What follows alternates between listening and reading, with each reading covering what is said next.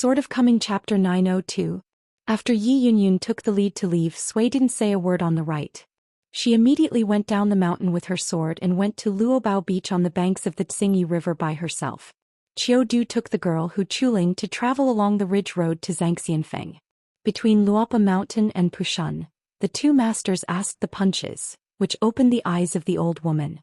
The key is the dissatisfaction of the person who wins the boxing, and the lack of discouragement of the loser, which makes the old woman feel especially valuable. After the dangerous circumstances surrounding the Dragon Palace in Dadu, and then witnessing Qin Pinggan's style with her own eyes, the old woman had a good impression of the Xindu mountain. The high mountains rise and stop.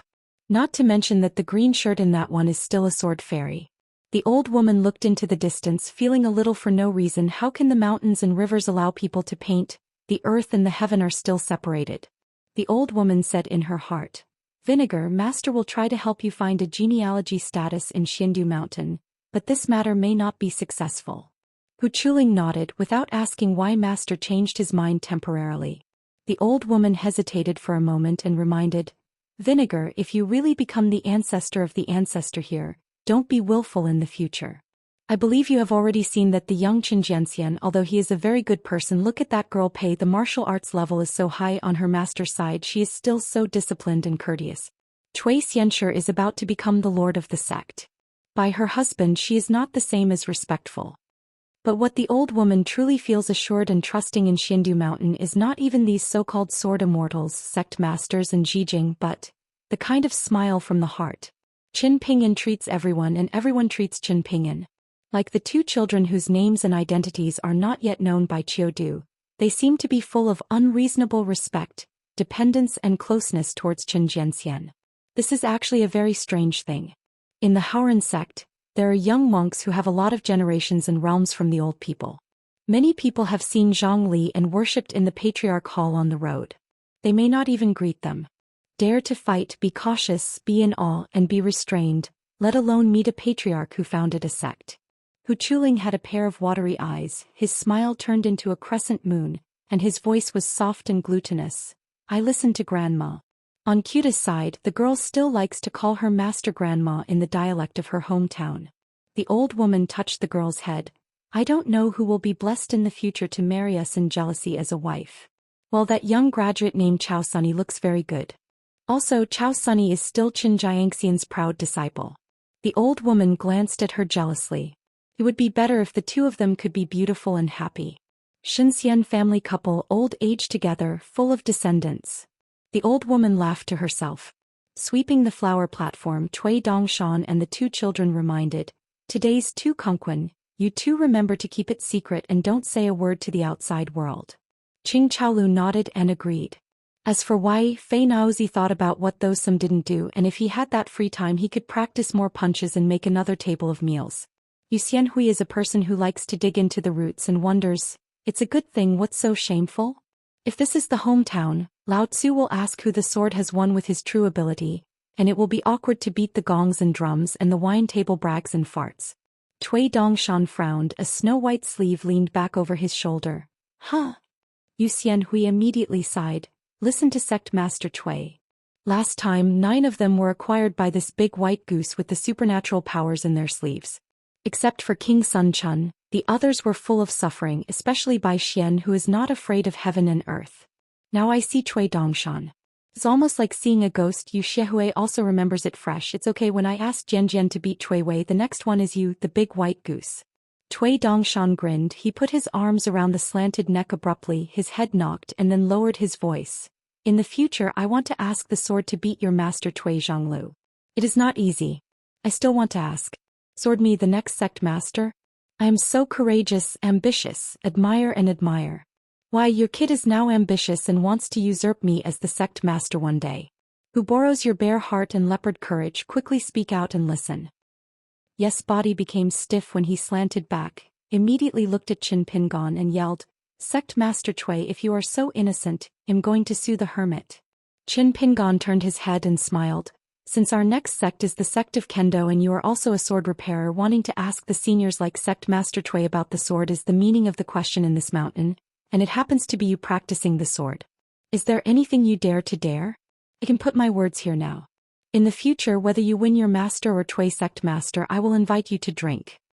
Yu slanted back and immediately felt confident. Even if he was still strangled by the big white goose, he began to laugh.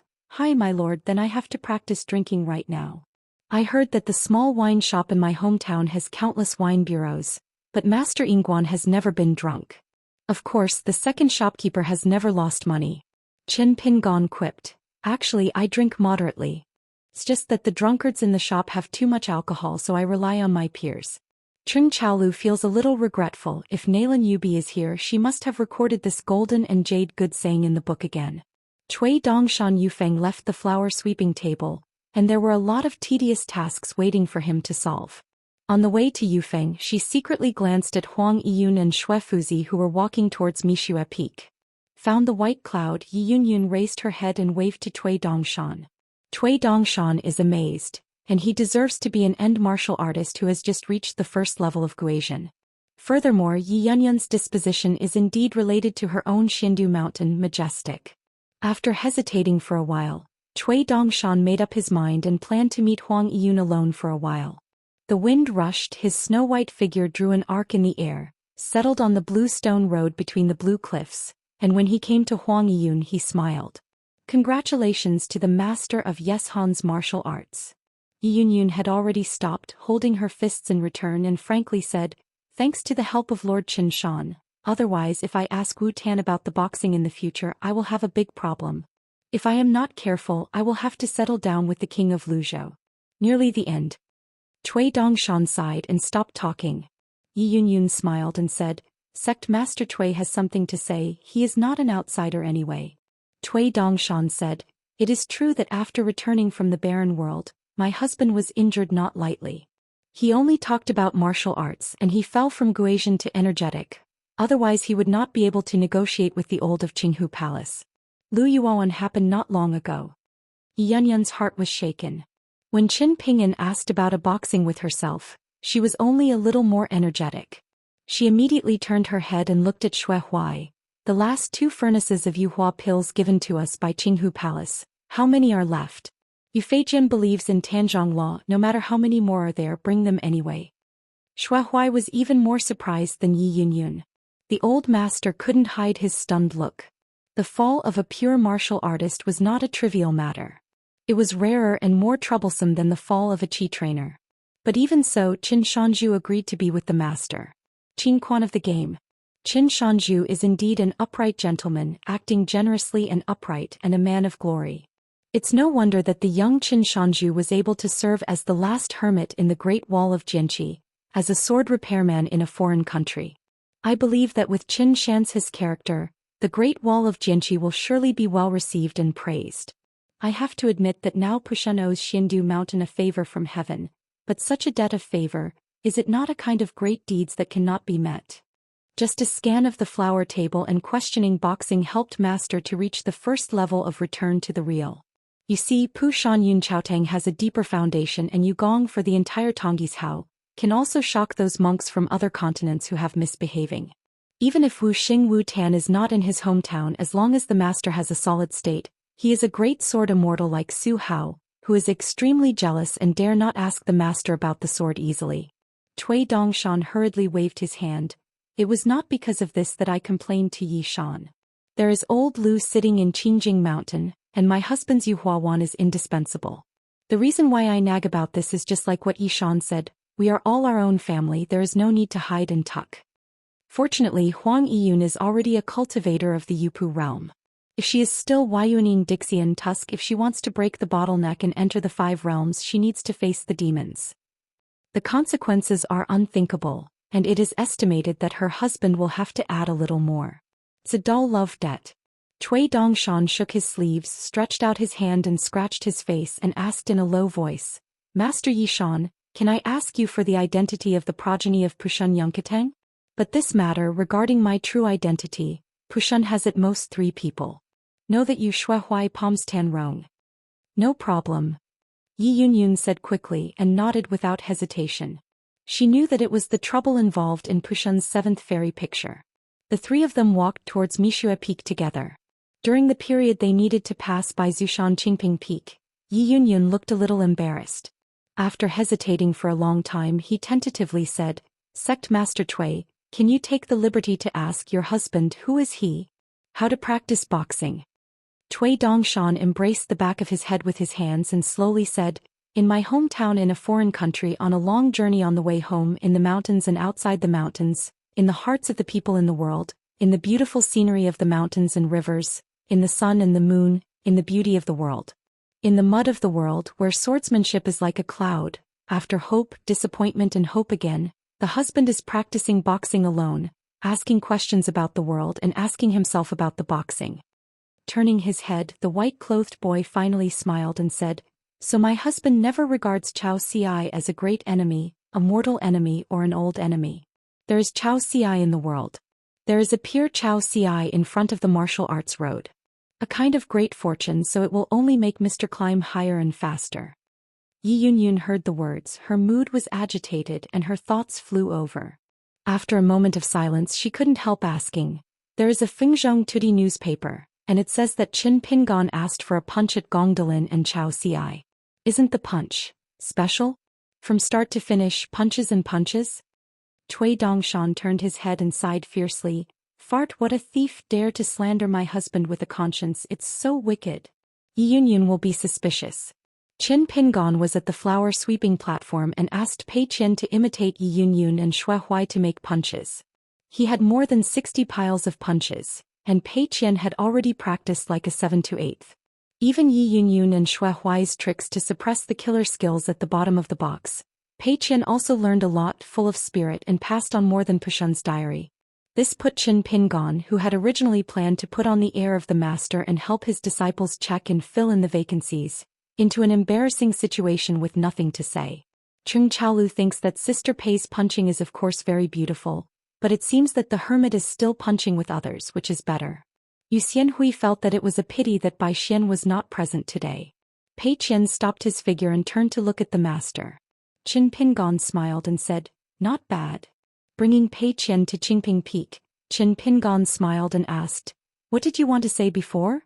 Pei Qian said, I discussed with Xue Fuzi the last punch. Xue Fuzi shouldn't stand still as if waiting to be killed as a pure martial artist. I think this is wrong. In fact, when the punch was over, what I want to say is that I just feel that Xue Fuzi is an elder and there are too many outsiders present, so I am not ashamed to speak. Qin Pingon smiled and said nothing. Pei Qian felt that most of the words were wrong. This is a very good reason, so I should talk to Fuzi Xue. Qin Pingon nodded and said, but it's not necessarily what you said at that moment, so your hesitation and ultimately your failure to say it is appropriate. From Master's point of view, it may be more correct than the truth itself. Pei Qian was so surprised that he showed a somewhat ashamed look that is not common nowadays. From Xiao Heitan back then to Pei Qian today, I have always believed in one thing. The good truths in the world are all on Master's side. As for herself, she knows the truth of a fart. Qin Pingon laughed softly. We reason with others not to deny others. In addition to give others goodwill, in addition to our own clear conscience, we also need to pay attention to a sense of proportion. This is the difference between Taoism, the only way but the way. There are thousands of them which vary from person to person and from place to place, so it's hard to be a good person. Reached out his hand and patted Pei Qian's head lightly. Qin Pingon had a gentle expression and said softly, if you can think about it today, Master can safely teach you 2 homemade punches and a certain half punch. In fact, Qin Ping's 2 punches created by him are both a boxing technique and a sword move. One is simple and the other is complex, which is like 2 extremes. One of the punches, or swordsmanship, is named Pian Yue. It is powerful and kills. The strength is not low and it is most suitable for violently in the battlefield. Qin Pingon added, but it's not a hurry. I will go back to Shaodong and retreat within a day. When the ceremony is over, I will find some free time to teach boxing. Now and the disciple are both at a level of enthusiasm, and Qin Pingon is really a bit embarrassed about feeding Pei Qian. Pei Qian felt relieved. Qin Pingon was in a peaceful mood and glanced at the scene outside the mountain. The mountains are endless and the clouds and water are indisputable. The reason why Chao Qingqing didn't show up at the flower sweeping platform to watch the battle today is because the next sovereign of the internal decision, as a monk in the Dragon Gate realm, has begun to officially retreat and settle the golden core. Study and practice do not delay. Such a proud disciple, you can't find it even when you play the lantern. However, Chao Sunny's current retreat is not on Qingping Peak or Mishue Peak in Xindu Mountain, but on a new mountain that has not been seen until now. Cui Dongshan used the array method to show his blind eye. Even Yi Yunyun neither Qiu Du could see through the truth. The other two old mountains Cui Dongshan were named Xianxia and Simiashan. The main peaks of are Wuchao Peak and Jingxing Peak. Two monuments were erected on the tops of the two mountains. Cui Dongshan personally seal-carved, Wuchao cannot go out, and Heaven and Earth Purple Qi. Cui Dongshan will discuss matters in the Patriarch's Hall in the first session, and raise an issue in public and among the younger generation of monks who will be included in the next genealogy in the future. The first sword repairman who is among the monks of the Yupu realm can enter the master of my Chao Feng. And Chao Qingqing is the first monk who prepared for the mountain and Xingfeng.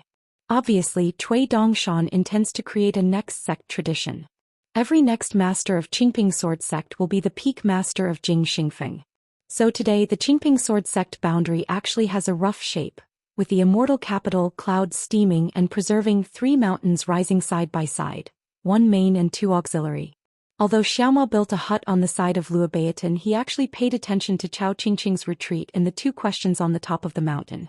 For an ascendant pinnacle sword repairman, it is a little distracting and does not hinder things.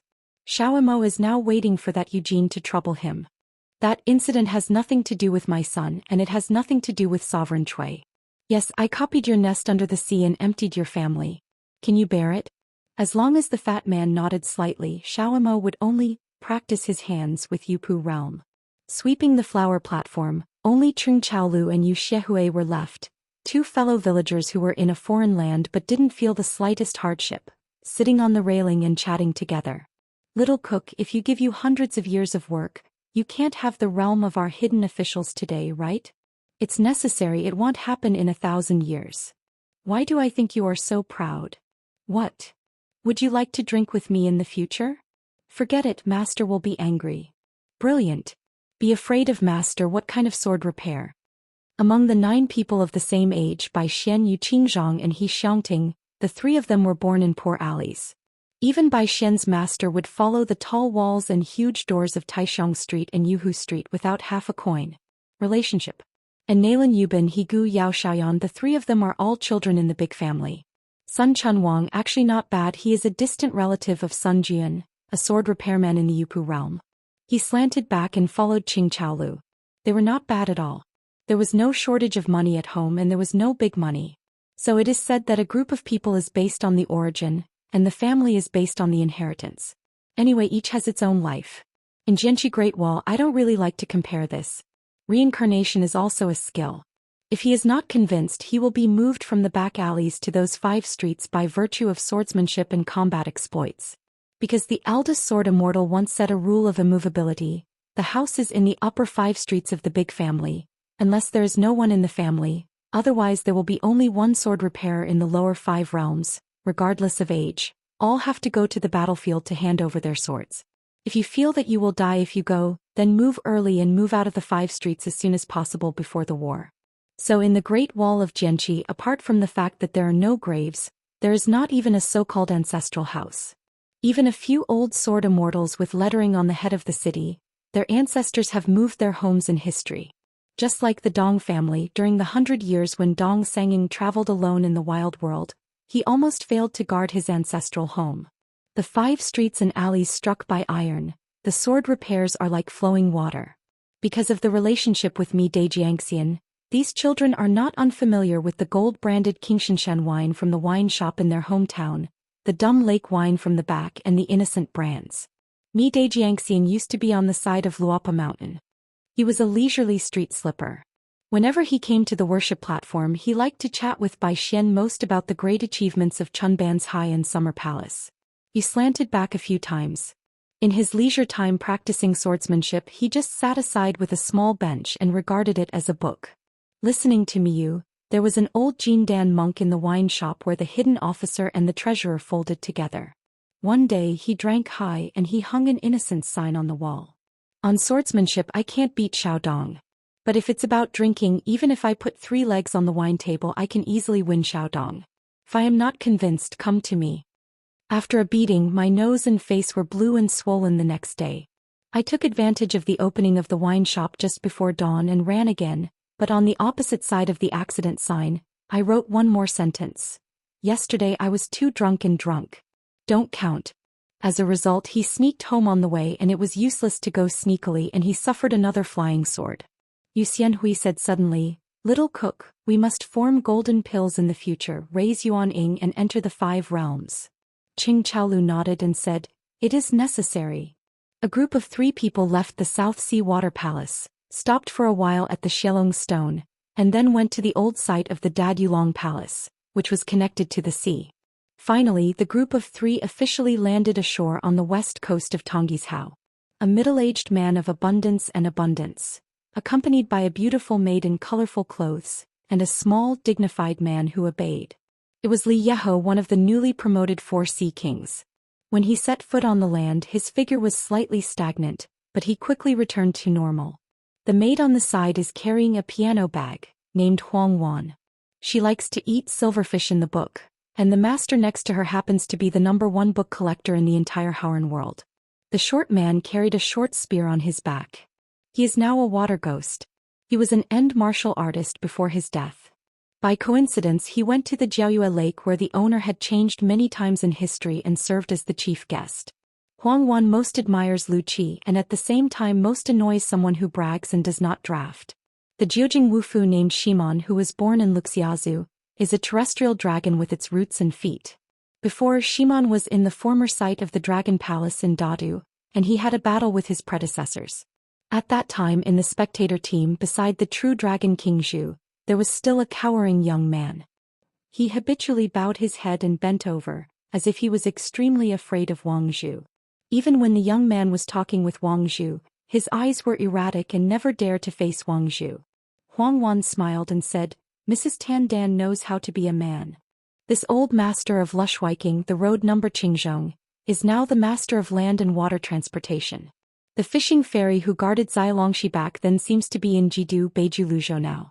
And those Nanhai lone horsemen were actually given to Jigui by Mrs. Tan Dan in private. I heard that the Zhuozhu in the Lushwiking treasury was directly emptied and given away. This is not a small amount of money. Get connected everywhere. In fact, on the side of the host, Mrs. Tan Dan also expressed her respect, and her courtesy was not light. Li Yeho smiled. "You will learn more in the future." Finally asked, "This time we are going to the pole to talk to Qin Pingon about business. Will we be killed?" Huang Wan angrily said, "What kills pigs?" Finally said, "That's what it means." Li Yeho sighed. "Qin Pingon will discuss it very well. I'm afraid that person is responsible for the guests." Embroidered tiger. Or half an embroidered tiger Cui Yang. Finally asked, "Can I discuss it with Qin Pingon? The previous one is too much to see."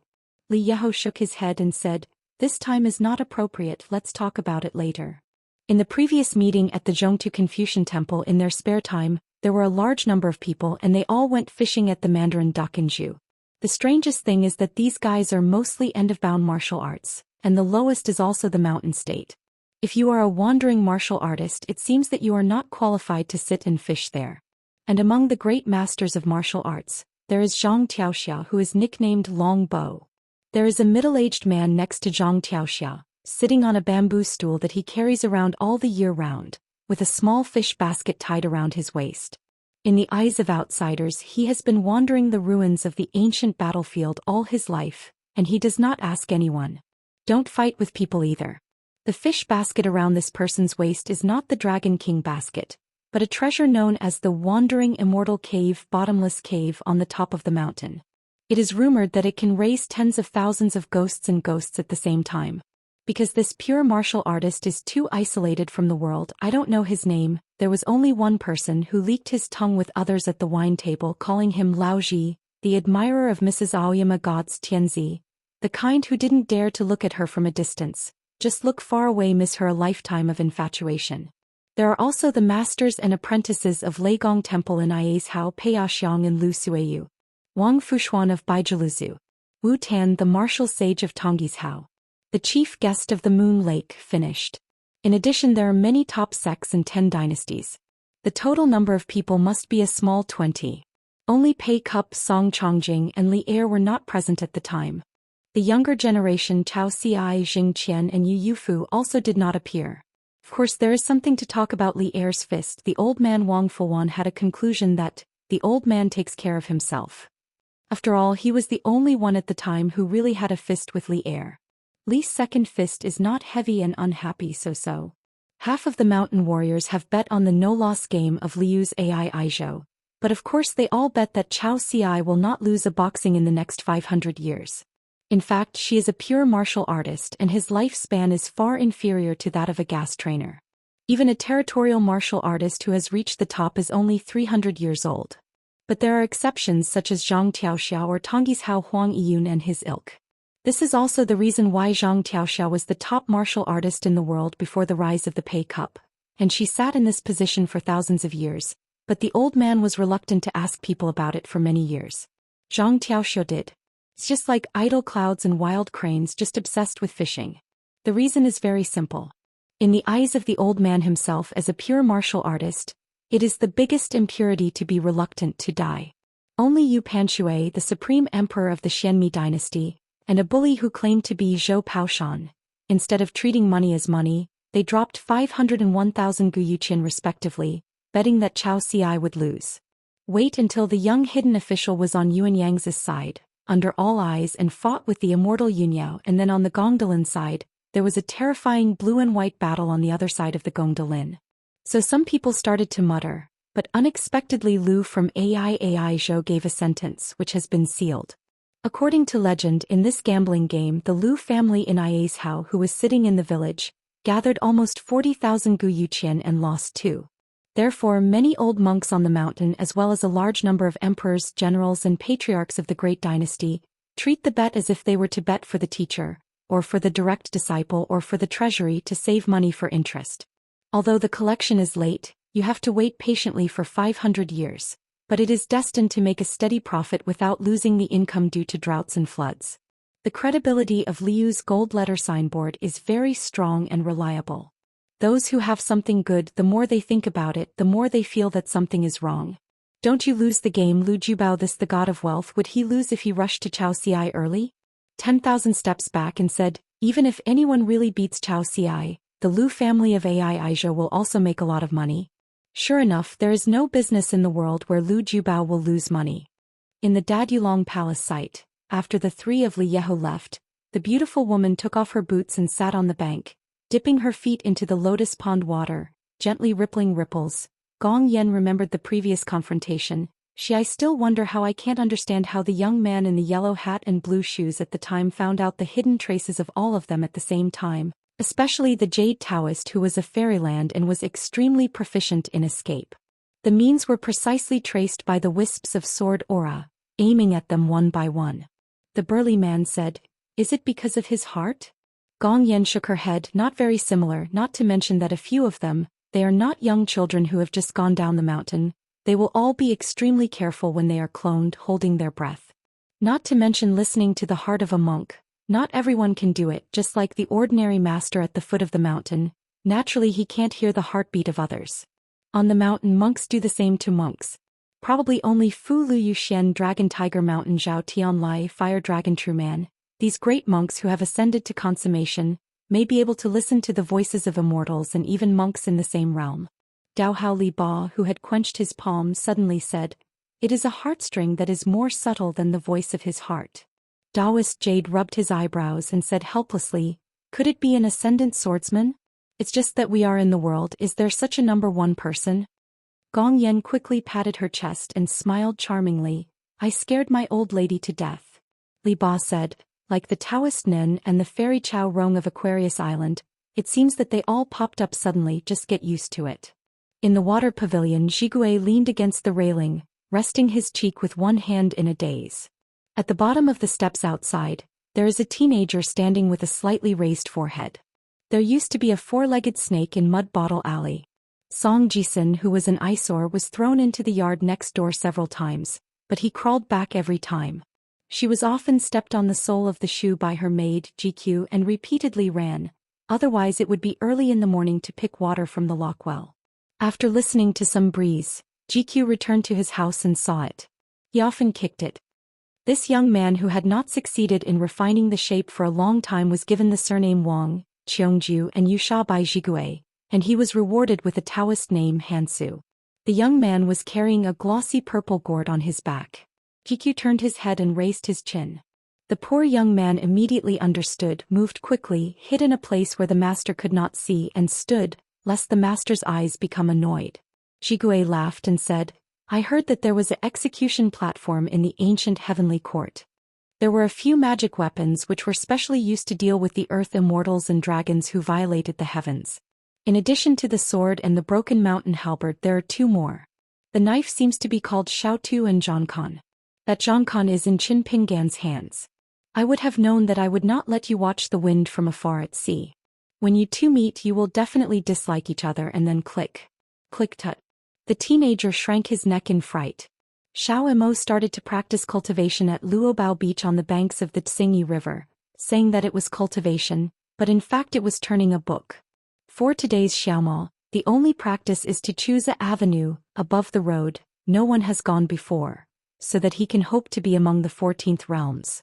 What's more, even if the great monk who ascends to the top of the realm finds a way to the sky, the difficulty is still as great as an ordinary master.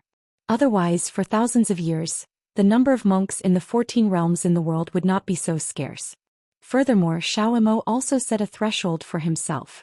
He must be a pure sword repairman and enter the 14th realm in one fell swoop, without taking a side door or taking shortcuts. Like the awe-inspiring swordsman Pei Min, one of the three great swordsmanship Pei Min, it is estimated that he also has this thought.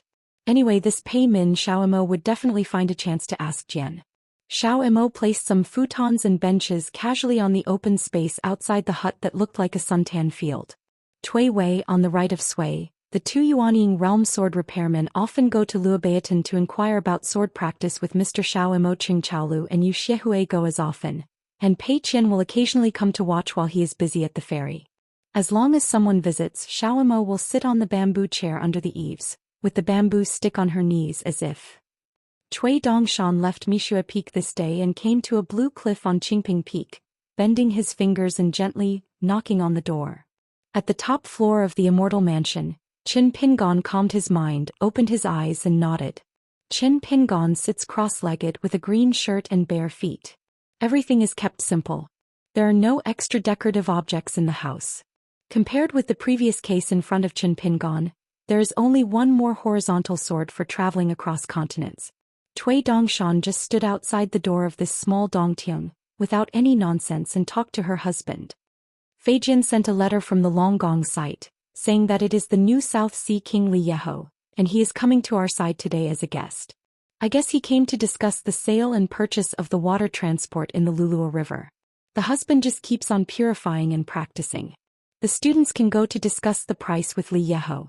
The gentleman can rest assured that even if the husband does not show up, Li Yeho will never think of Xindu. The mountain hasn't served guests well. It's enough to have me treat guests. Li Yeho and Jigui are one of the 4 sea kings, so if you want to leave your own waters and enter the boundary of the East China Sea, you must first ventilate with Jigui. Moreover, you need to report to the Zhongtu Confucian Temple. After getting permission, Li Yeho can leave. Qin Pingan suddenly got up and put on a pair of cloth shoes. Wait a minute, I just have something to go out. I'm going to take Xiaomo and take a trip to Xiaolongqiu. Let's go down the mountain together. Walking out of the Changchun Xiadongshan, which was used as a temporary cultivating place, Qin Pingan came to Cui Dongshan and said with a smile, "It's better for you to go there, just pay the price on the land." I talked to Li Shuijun about business and it was really open, can't speak.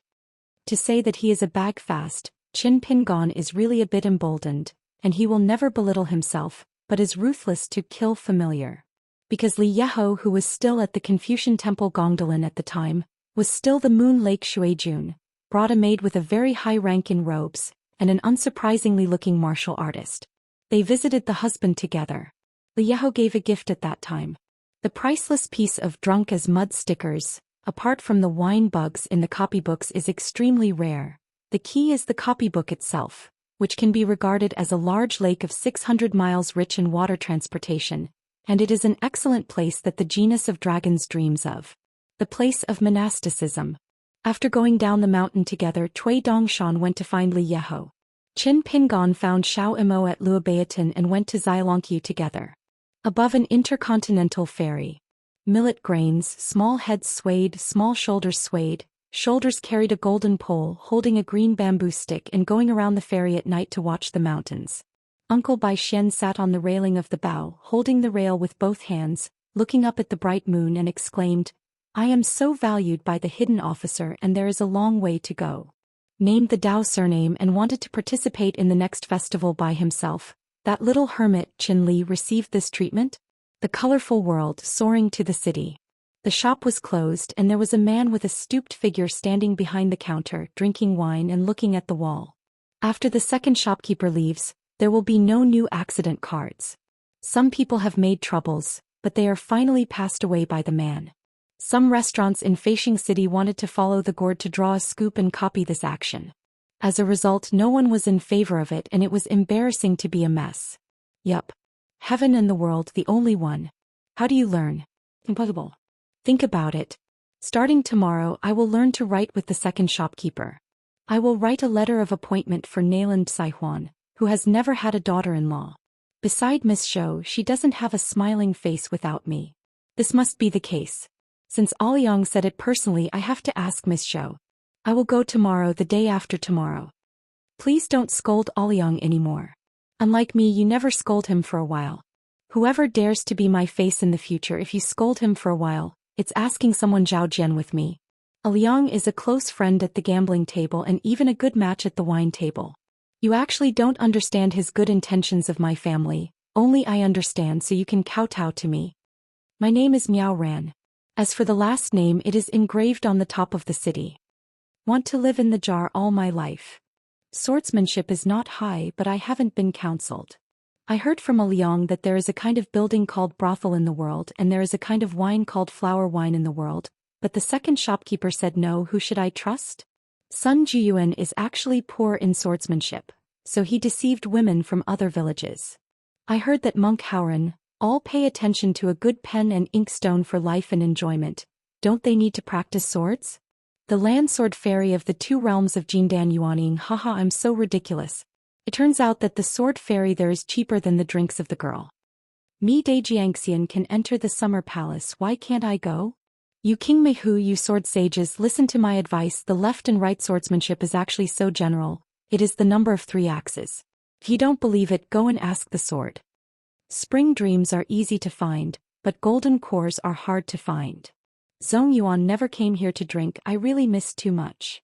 I woke up and liked her better than yesterday. Han Huizi of Taihui Jianzong has rescued me twice and has not thanked me personally. I shouldn't. Xie Songhua looked at me twice. There is a play. Wine beauties are Xianxiang. Everyone, we are not drunk or return. I beg you to help that dog Day, who is a great sword immortal who is good. Go to Qingtu and engrave a word in front of the fierce word. Just take it as a surname for him. Pick up a son for nothing. Happy. The person I like has a way of punching and drinking is the best style. It doesn't matter if he is not a sword repairer, this girl is. 10 drunkards and 9 palates, what can I do? Thinking of a monarch is like a crescent moon, full night and night. The next big sword fairy engraved on the head of the city will definitely be my Yuan Liang. A safety card was hung beside. I believe that after Yuan Liang there will be more engraved swordsmen such as Du Ling. In fact, on the wall of the small wine shop, there are a lot of such a pair of accidental signs hanging next to each other. Maybe friends who drink at the same table full of alcohol and take advantage of the wine to finish writing one by one.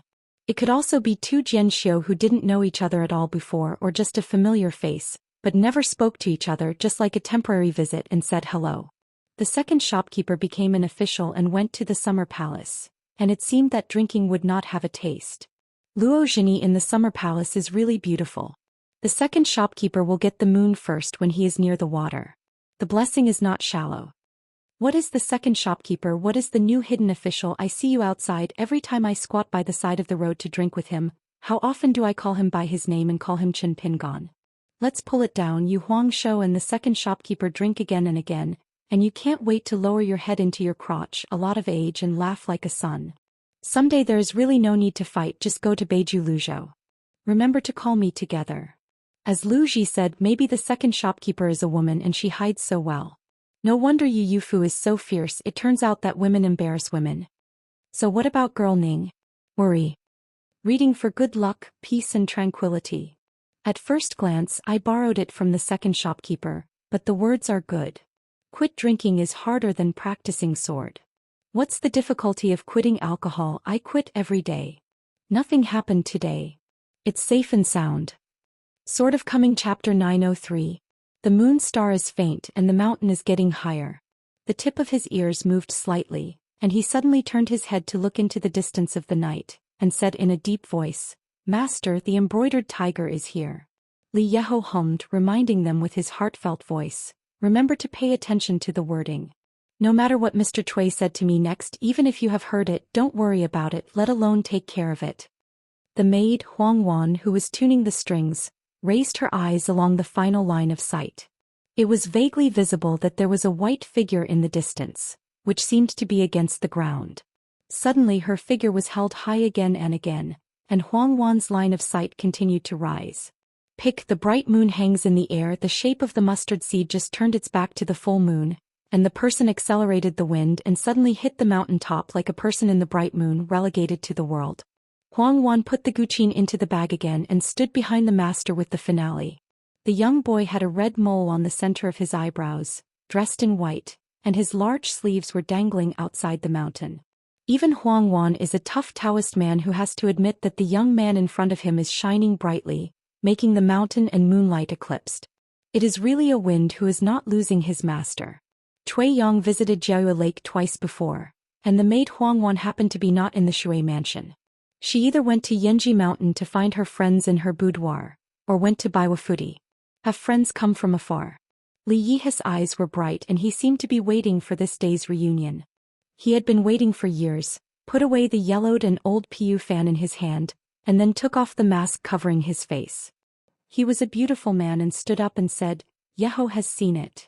Mr. Cui Dongshan said indifferently, "Congratulations to Yeho Rongxing, you can call me Dongshan."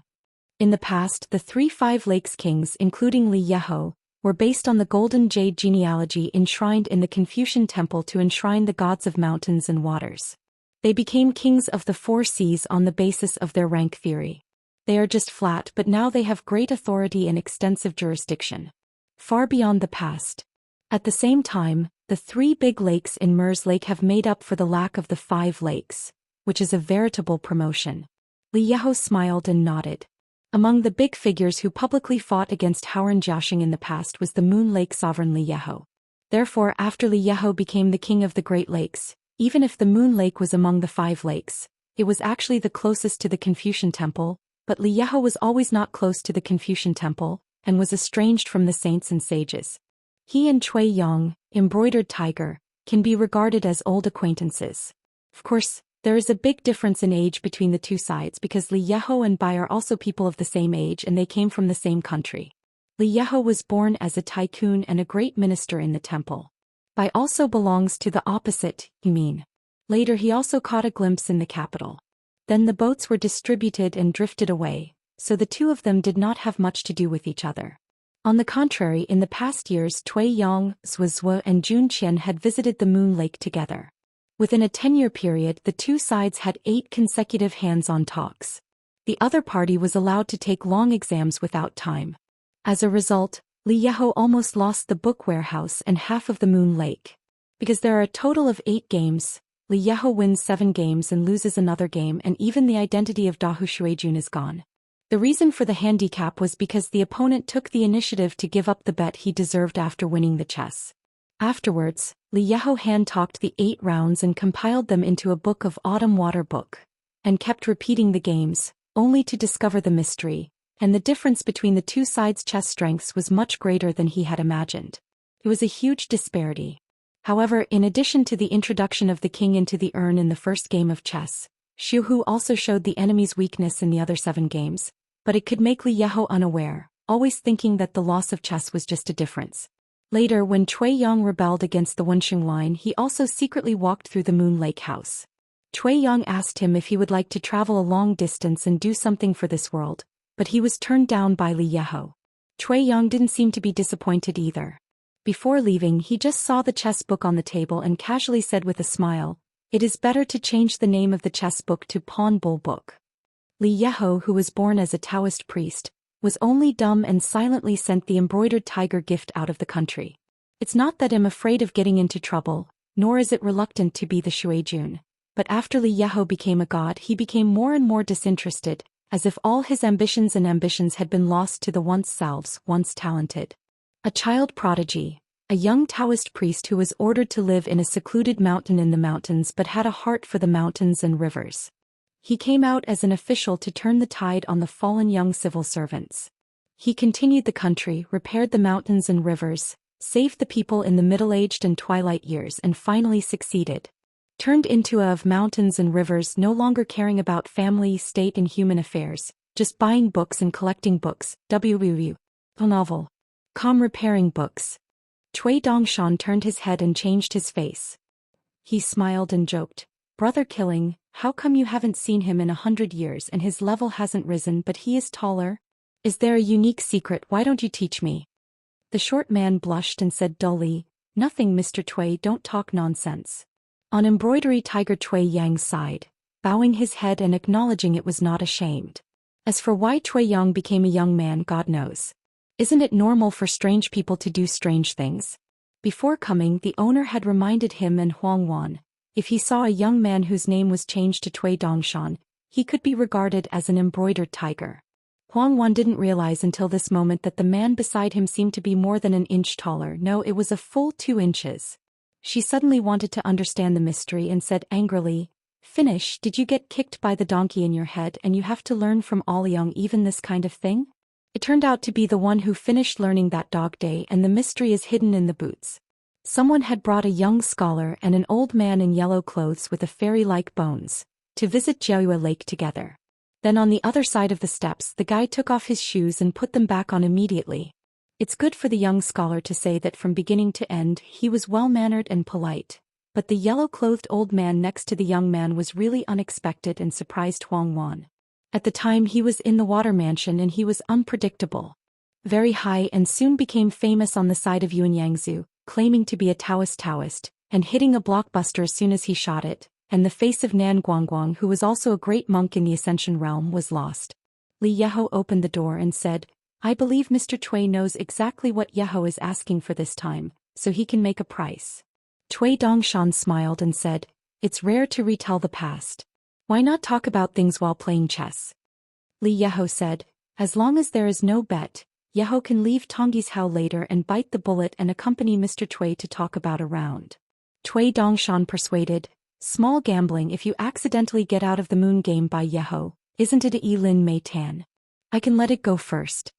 Seeing that Li Yeho was unmoved, Cui Dongshan rubbed his chin with one hand and extended with the other. "If the first is not enough, I can let the 2 sons again, how about?" As a result, the de Shuijun still pretended to be deaf and dumb. Cui Dongshan stomped his feet, shook his sleeves and complained, "Yeho, you are too arrogant. Do you want to be a go-beginner and make a fortune? Turn off." In all dynasties, the Yilan Chess Academy under the mountain had the custom of letting 9 men play against each other.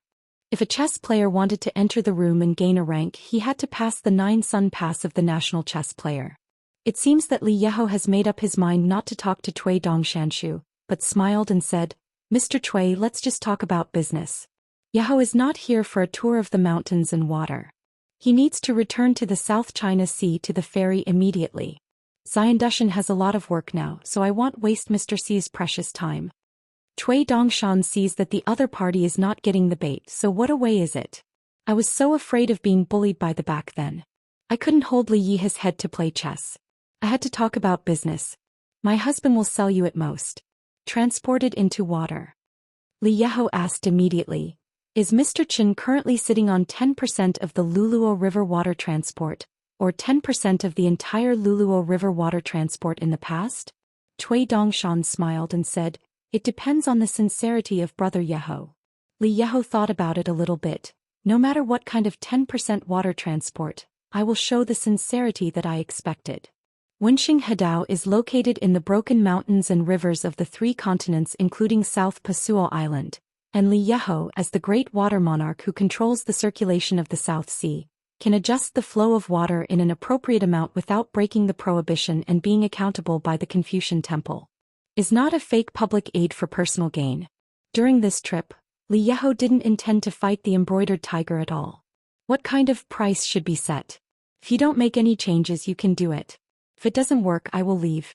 Cui Dongshan began to jump and curse, and his sleeves snapped and snapped. Fucking Li Yeho, are you right with my husband? You are a gentleman who is not good at doing business. You can be such a bastard. Now in Howren, there are a handful of big monks who have been fed all day long and have nothing to do. Let people help collect various comments on the young hermit from the wild world. Li Yeho wanted to buy 10% of the water transportation of the entire wild Yulua River. Of course, if Qin Pingon was willing to give 15%, it would be the best, the more the better. Li Yeho took out a booklet from his sleeve. 10% dragged down the river water transport. This is the detailed deployment of my Nanhai mansion and 300,000 people in the next 100 years. There is no problem with the Confucian Temple. Can guarantee Nampasua. Within 100 years, the continent has been in a smooth weather far better than in previous years, up and down the mountains, ushering in a good situation that has not been seen in 3,000 years. Cui Dongshan reached out to take the booklet, opened the home page, rolled his eyes, and dropped a booklet written by Shui Jun directly on the ground. He stepped heavily on his foot and waved his sleeve. You can roll. Huang Wan was faintly angry. She wanted to say something but stopped. If it hadn't been for the reminder of the master before, she would have cursed someone. This person is so disrespectful to his owner, even if you are half the embroidered tiger Cui Yang. As a result, she was snapped and gently pulled her sleeves. Cui Dongshan squinted at the maid carrying the piano bag and sneered. Why, are you going to play the trick of insulting the minister to death with me? Are you threatening me or frightening me? I'm a coward, scaring me to death. You don't have to pay for your life, but you have to lose money. That's a lot of money, astronomical. Be careful to hurt Yeho and help you wipe your ass. Huang Wan flushed with anger. Li Yeho looked as usual, stretched out his hand and grabbed the booklet back in his hand, patted the dust on the cover lightly. If it's just embroidering tigers, I'll turn around and leave. Li Yeho once again stretched out his hand and handed the booklet to the white-clothed boy as if he was talking to himself. But the person who sits on the river dragging down the river is a close disciple of Wen Sheng. He is a young man who established his next sect in Tongyi's Hao. Sword Fairy. Cui Dongshan was expressionless with both hands and sleeves. Huang Wan was full of anger, and this time he just grabbed her arm. Li Yeho was not at all annoyed, turned around and looked at the night scene in the distance, but still did not put the book in his sleeve. Successful and super talented, he doesn't fall into disrepair in his actions, he just horrifies others but the people of the right size, but the movement and the quiet, the law is strict, the advance and retreat, they are all in the rules. Yeho sincerely admires the former and sincerely respects the latter. It is true that as Mr. Cui said, I am a gentleman can deceive others, but I have my difficulties, and I can't just act on my own preferences if I'm in my position. If you do not take responsibility for the authority of the King of the South Sea, then the thickness of this book can be at least doubled. As of mountains and rivers, he will give the world a kind of selfishness, change the luck of the place at every turn, and drive the atmosphere of the mountains and rivers. The hidden dangers here must not be overlooked. Cui Dongshan knelt down, took out some dried fish from Luapa Mountain from his sleeve, and gently threw it into his mouth. A school-aged child is ignorant of gazing at the sky, and if he raises his hand he can pick up the stars. Li Yeho also squatted down and handed over the booklet for the third time tonight. Cui Dongshan snorted coldly, Don't pay attention to me, I'm sulking. Li Yeho put the booklet gently on Cui Dongshan's arm, smiled and said, There is a dilemma in the world, you can become an immortal if you have something to ask for help. Cui Dongshan smiled happily. After eating the dried fish he shook his arm slightly, the book bounced up, reached out and grabbed it, and when the fan shook he said, There are two bitterness on the ground, bitterness is like eating coptis and there is no money in the bag. Huang Wan stood behind the white-clothed boy and she quietly lifted her foot, pretending to kick someone. As a result the white-clothed boy plopped, fell directly to the ground, fell a dog and ate shit, turned his head and said angrily, Scheming me. Losing money. Huang Wan was dumbfounded. Finishing is also an unbelievable look. Embroidering Tiger's back then was unparalleled. When I first visited Jiaoyue Lake Tuiyang, the first literary saint had already become famous all over the world. Even if he didn't like going out, he had heard of Cui Yang's evaluation of a certain Confucian temple. Yangshu Mountain stands tall and the ancestral temple implements. It is unknown who said it. There are speculations that it is the leader of the Confucian temple, but there are also personal comments that say that it is the saint of rites, and some people even say that this phrase is from the mouth of the most holy master. Sitting under the eaves of the water pavilion, sitting on the ground and playing against Shui Jun, when one of the games ended, heavy rain, thunder and lightning, black clothes twisted and white, thunderbolt over his eyebrows, his hands could not turn his eyes. Li Yeho smiled and drew out a fan of mysterious material from his sleeve. It is both an apologize and a gift. It is quite appropriate to give it to Chen Jianxian. Huang Wan felt distressed. This is a priceless old collection of the Moon Palace, and the owner usually cherishes it the most. The fan is called Relief from the Heat, which means a beautiful fan. The bright moon produces a cool treasure fan. According to legend, it was personally made by the Minuet co-owner in ancient times. It's just tossing around the world, hurting the rank, and now it is only a semi-immortal treasure on the mountain. The key is that the treasure fan can be used to refining and transform into an object of attack, and it can also be used to overcome mountains and rivers, gather energy and luck, and get twice the result with half the effort. Especially the thing of absorbing the moonlight is blessed. Cui Dongshan put the booklet and Tuan fan into his sleeve without a word of thanks, suddenly laughed, stretched out his hand to support Li Yi's shoulder, and slowly stood up and said, "Before coming, my husband only confessed a word to me. Tonight, everything is as expected. Almost not bad. Pissed off? Can I, Cui Dongshan, be angry with a defeated man? It's troublesome." Li Yeho stood up and said with a smile, "Listen with good ears." Cui Dongshan said solemnly, "Mr. said the market cannot go down when it comes to buying and selling, but there must be superficial skills for outsiders." When Li Yeho heard the string, he understood the elegant intentions and instantly understood him. Holding back his laugh so as not to be mistaken for being a good bargain, he nodded sternly. "Understood. Yeho will use a means of keeping no traces to let the other two. My colleague Wei Shui knows the real price of the transaction between Nanhai Mansion and Luopashan." Li Yeho's was said goodbye and stood up and smiled. "Whenever there is real peace in the world, I will invite Mr. Cui to be a guest in the South China Sea and play the 9 games under the moon, so that one more Chiu Shui chess book can be made." After Cui Dongshan returned the salute, the hippie said with a smile, "It's easy to talk about it, let alone playing games in Nanhai Palace. It's okay to fly with Brother Yeho to the middle of the moon. In this way, even if the quality of the game is far worse than that of the Kaiyun game. But our brother's chess position is much higher than that of Beidasheng. By the way, next time we meet again, don't call me Mr. Cui. If you are uncomfortable, you will either call me Dongshan or call me Tonggung Dao friends."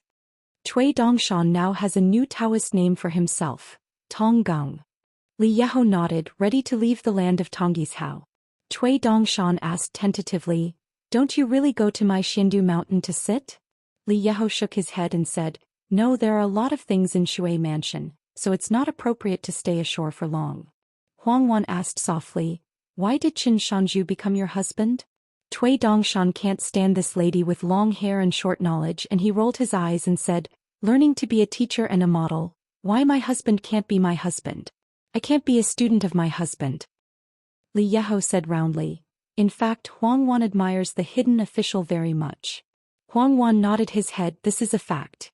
Last time in Gongdalan, the young hermit was standing next to Wen Xing, helping his husband to deal with others, and the young master gave people a sense of spring breeze. The white-clothed boy immediately frowned and said, "Sister Huang Wan, I was wrong. If we meet tonight, there is something wrong with me. I beg my sister to bear with me." Huang Wan really doesn't adapt to the treacherous aura on this young man. Is this person a so-called wise and near demon? Isn't he already being held hostage by the other party? Otherwise, why did the master remind her many times and kill her? The more Huang Wan thought about it, the more worried he got, and he squeezed out a smile which was regarded as an agreement. Li Yeho took the two of them away from the top of the mountain with Yufeng. He turned his head and looked behind him and saw the white-clothed boy still standing in the same place, standing alone, a lonely crane in the world and a clear and high spirit. Li Yeho seemed to guess the mind of the rebel and laughed in his heart. That's wrong, it's a phoenix tree that day and the young phoenix is clearer than the old phoenix. Huang Wan said, Master, when I stood next to Cui Dongshan before, I didn't feel anything. For some reason I was a little scared now. Li Yeho sighed and said with a complicated expression, Same as well. Huang Wan said with emotion, It's easier to get along with the hidden official. Li Yeho hesitated but still had no words. I wanted to say that it was because the old scholar Wenxing was present, the last hermit of the Great Wall of Sword Qi, was in the Confucian temple Kung Delin at that time. Once you are an enemy, give it a try. Xianxia Ancestral Mountain, Longmian Mountain. Not far from the tip of the heart where the Zhuxian is located, there is a closed fairy cave with the official script seal carved on one side of the stone wall, beyond the sky. Mountain Master Lin Huizhi is now retreating here to heal his injuries. Outside the gate of the cave, there is a pair of Shu, young and beautiful, slim like a double lotus. The appearance and posture of the two sisters are like a mold carved out. They are now responsible for guarding the master. They saw two figures not far away. One of the sisters frowned slightly and reminded, Uncle Quan, Chief Zhang, our master is now in retreat. Quan Qingqiu came here with the Chief Keqing, with a pocket fishing rod hanging from his waist like a saber.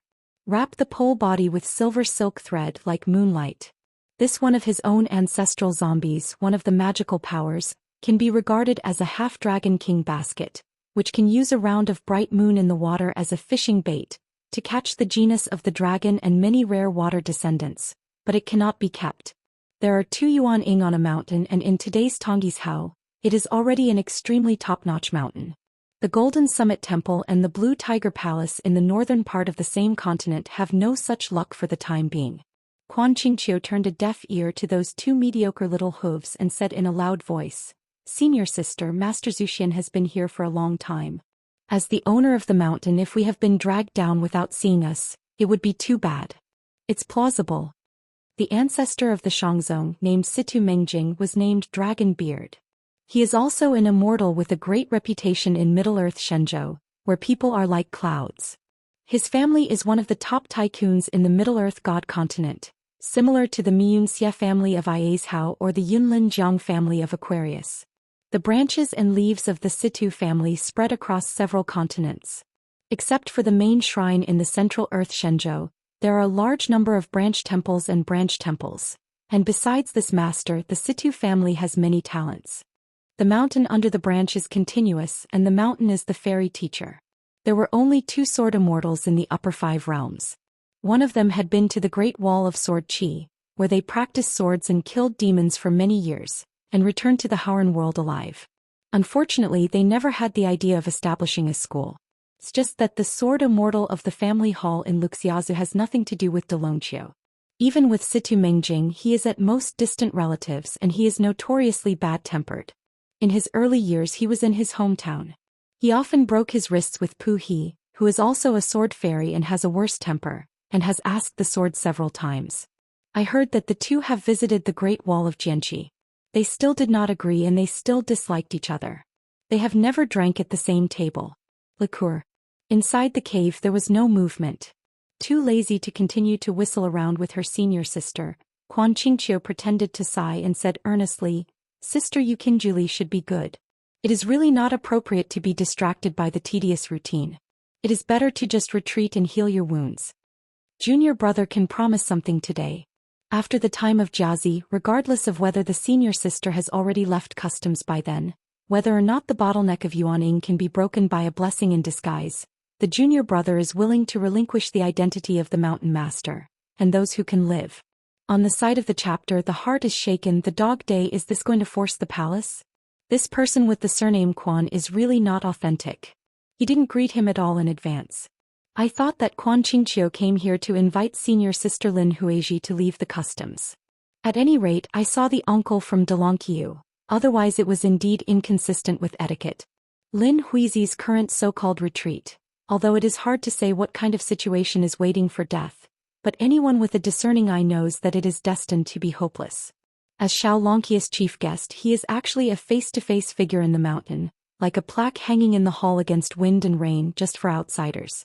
Xiaolongqiu is now surging undercurrents and he opens one eye and closes one eye. Anyway, whoever comes to be the lord of the mountain will not delay him from regularly taking a guest salary, the guest of the sect on the mountain, and the royal family of the dynasty of the mountain. It is recognized as a good errand. I dare not say that it is too fat, but it belongs to lying down to make money. Therefore Zhang Luzhu is not suitable to stir up this Xianxia's mountain gate conflict. It should not be mixed, and it is not suitable for fishing in troubled waters. It is easy to eat and hang on the side of Shangzong Delongqiu. The door of the cave house slowly opened and a middle-aged female cultivator walked out, with a clear and beautiful temperament. It is Lin Huizhi of Master Qingxuang. There is a green gourd hanging from her waist, which is Xianxia's treasure of Zhenshan, and a half-fairy Guyu gourd. As Xianxia's current mountain lord, Lin Huizhi can practice among them. Otherwise, if it is refining, it will be extremely difficult to peel off the tears of restrictions and talk about inheritance. Different from the younger brother Quan Qingqiu, who is a mountain Taoist couple heirs immortal material, Lin Huizhi is a native of Tonggishao, a monk in the Yuanying realm.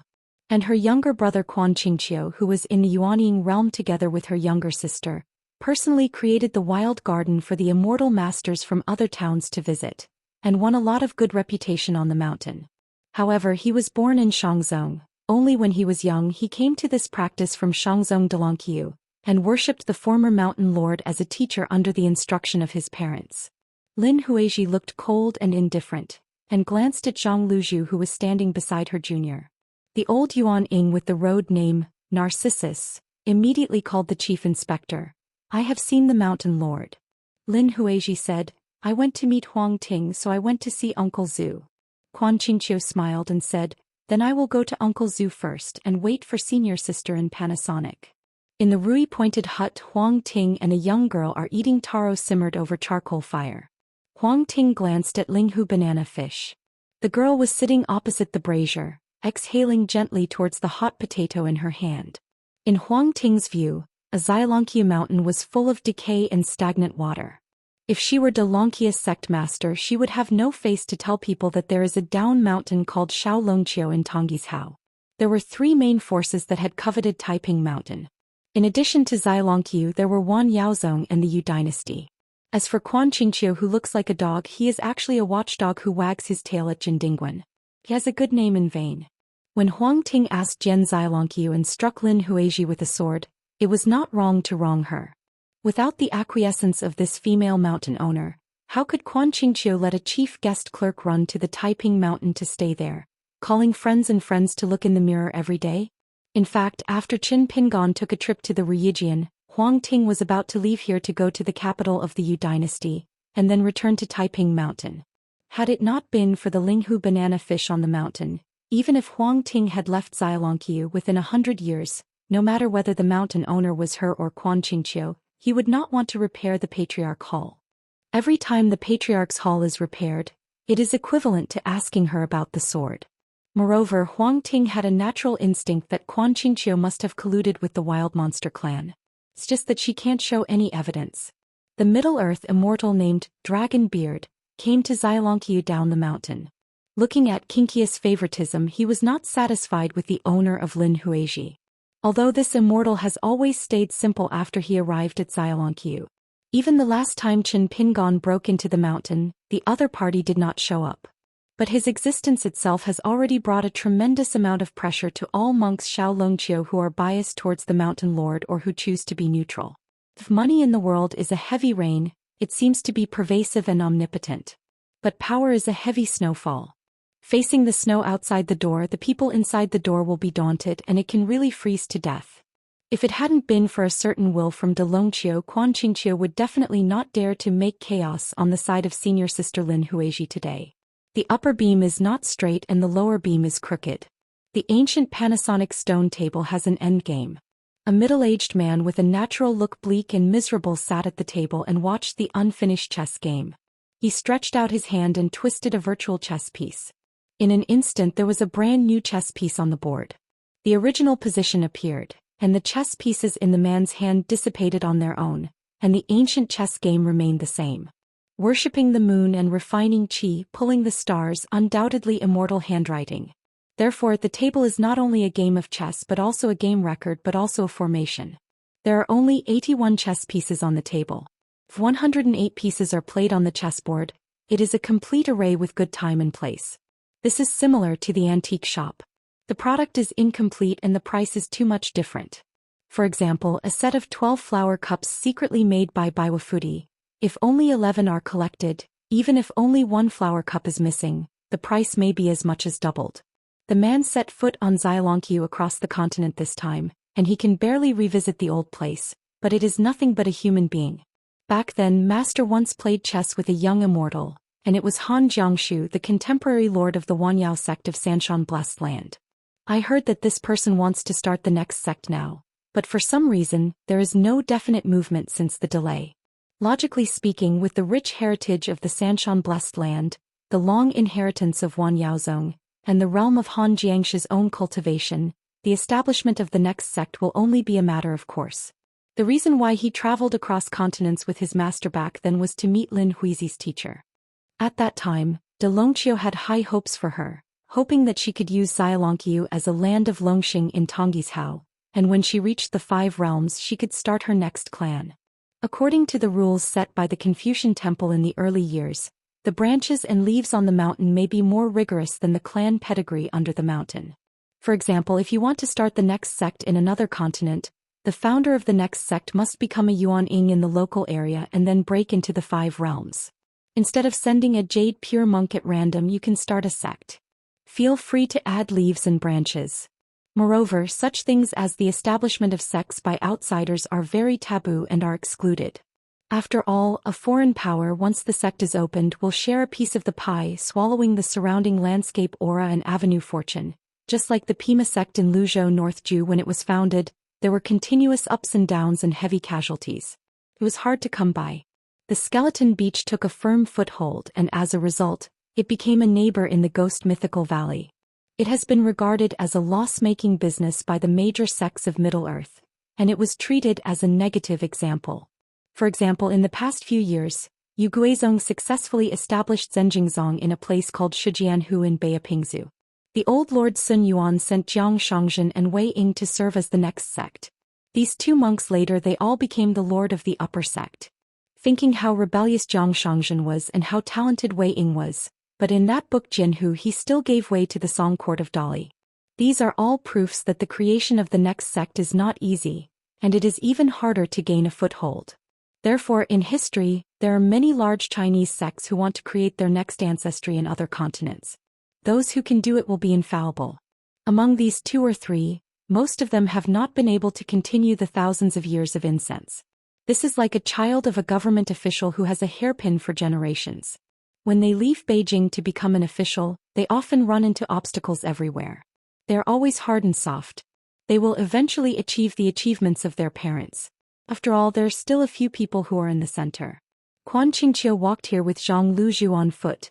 Qingqiu saw Uncle Zhu. When Zhang Luzhu gave a great gift, he respected the man as the dragon-beard Xianjun. The man and the chief Kiching who went down the mountain said, "Friends of Daoist Narcissus, you can leave first."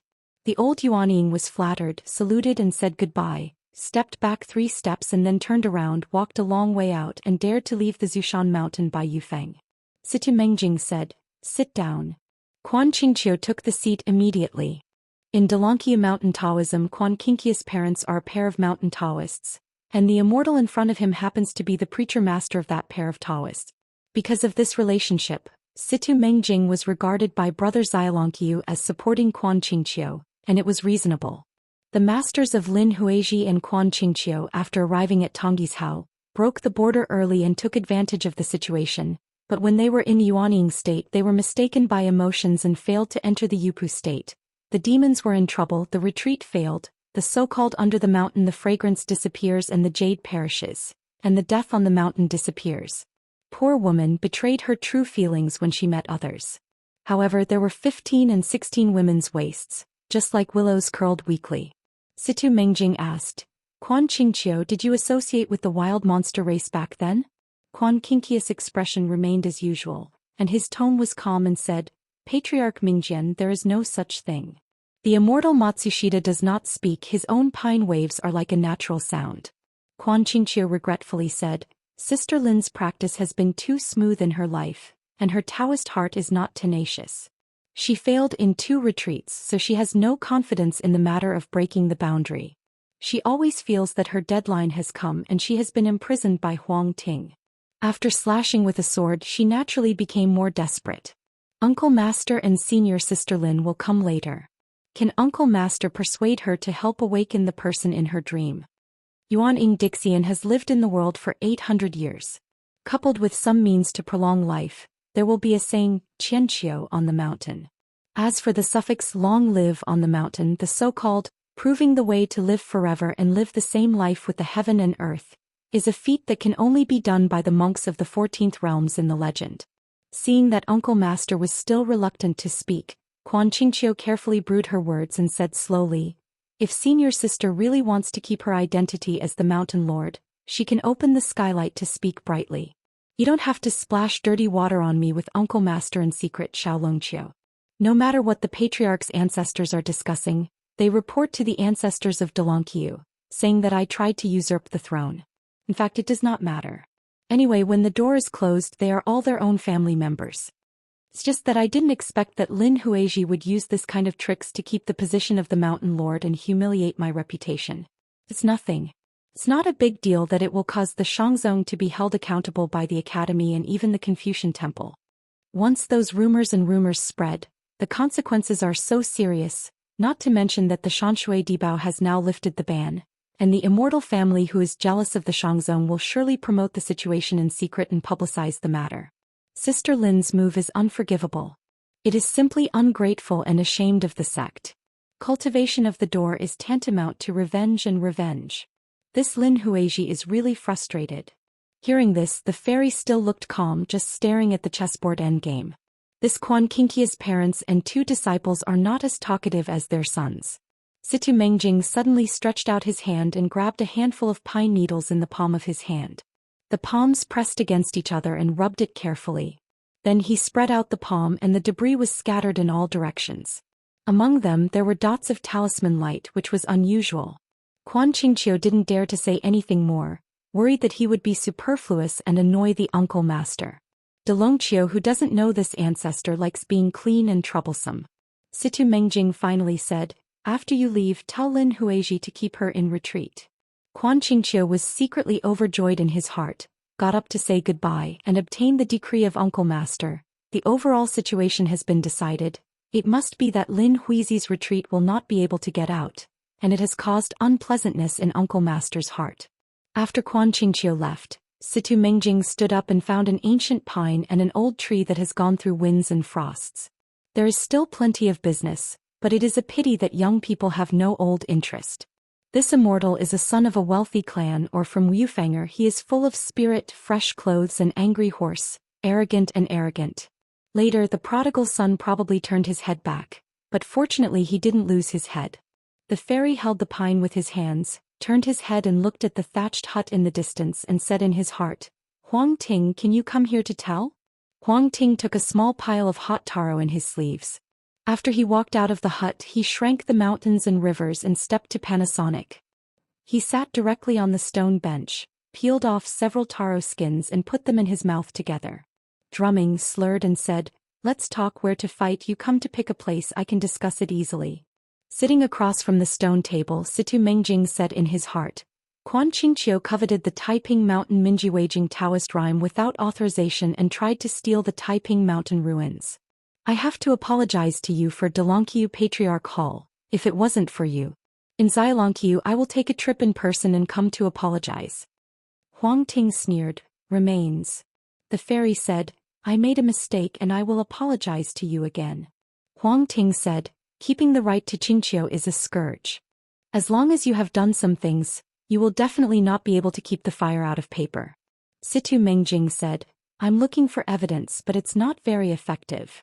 In fact, as early as a year ago he had already rushed to the realm of Xianxia, relying on the cultivation of the Immortal. He was in a realm of no one here. Even if it was Huang Ting's questioning sword, Situ Mengjing did not stop him.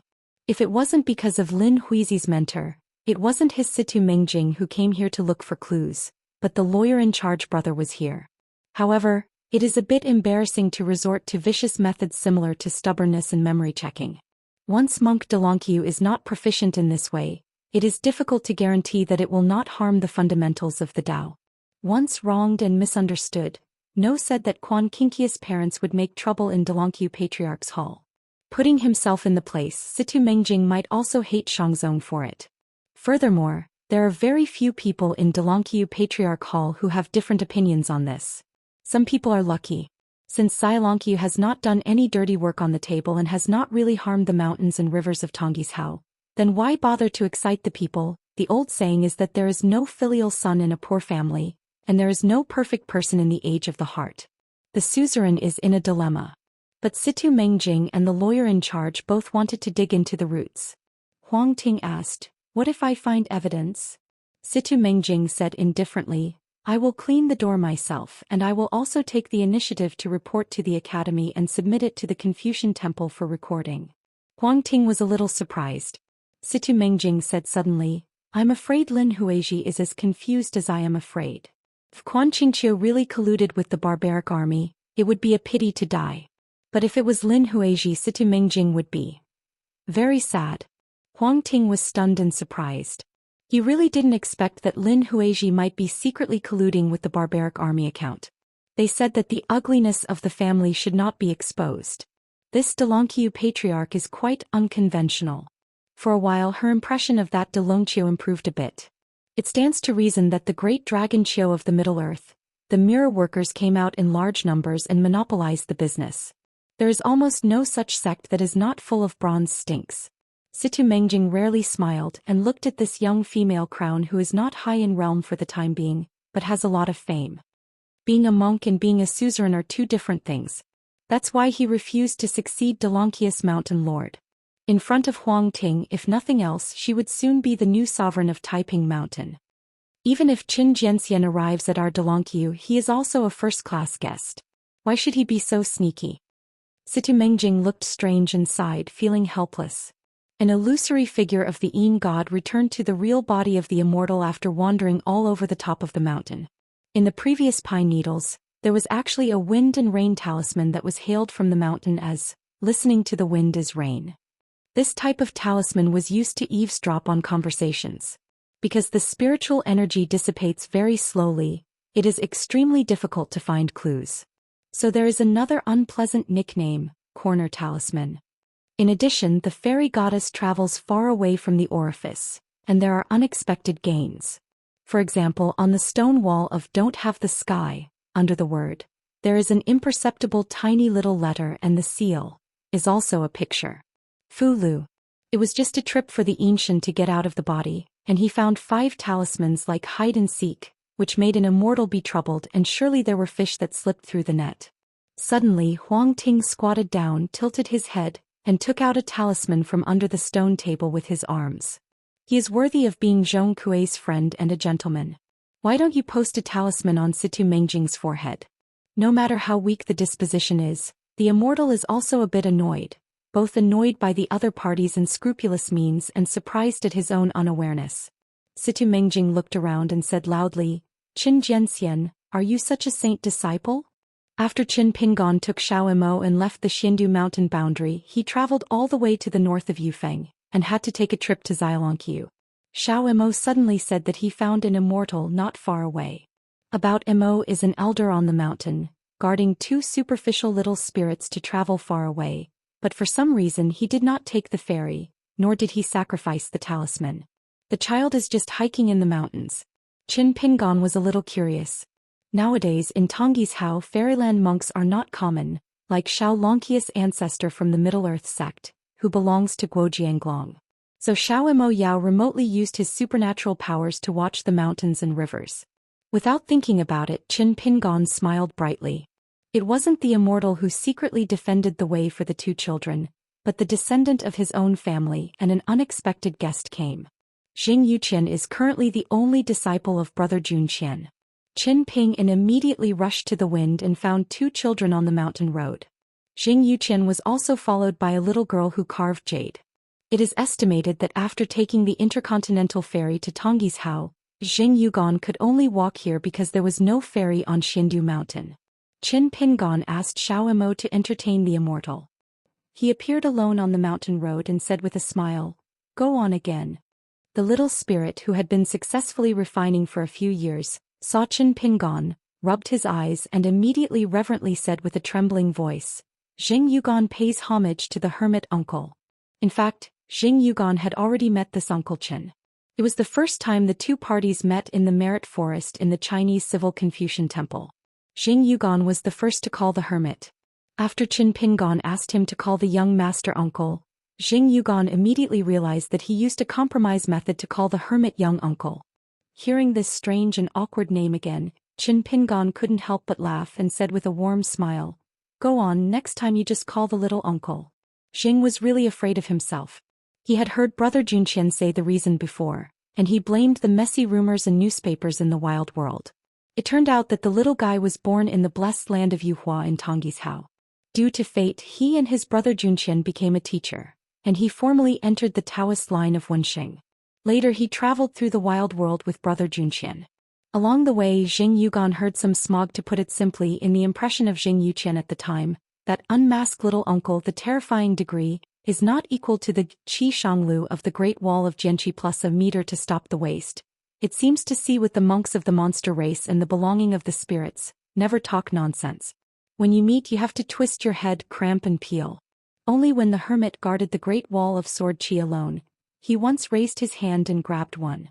A Yupu realm demon monk who dared to fight the wind across the city's head fiercely pressed him on the city's head, tore off the demon clan's arm with one hand, and then stepped on his waist with one foot.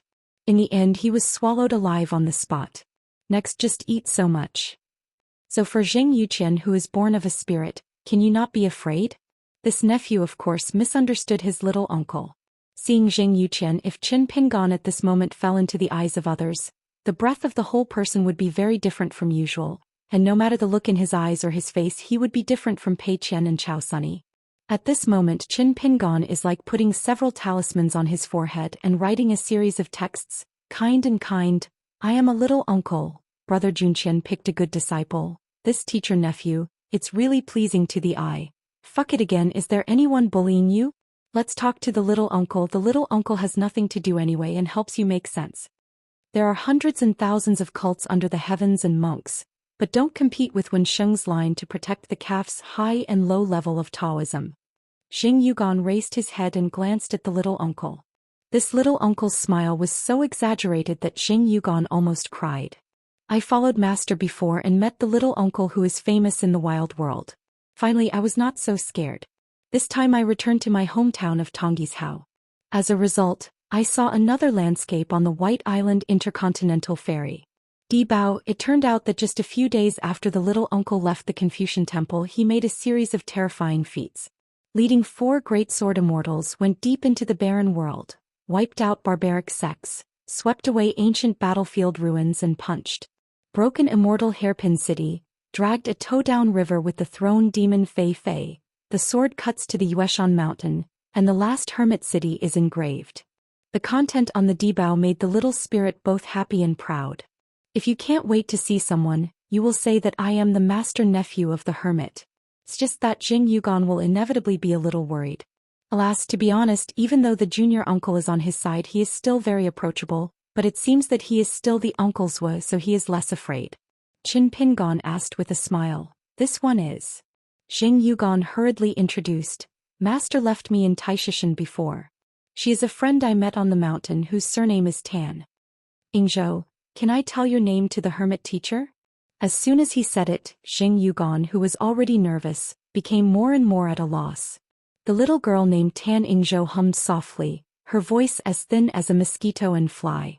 Qin Pingon nodded and smiled. Hello Tan Ingzhou, my name is Qin Pingon, and am a little uncle who is doing it again.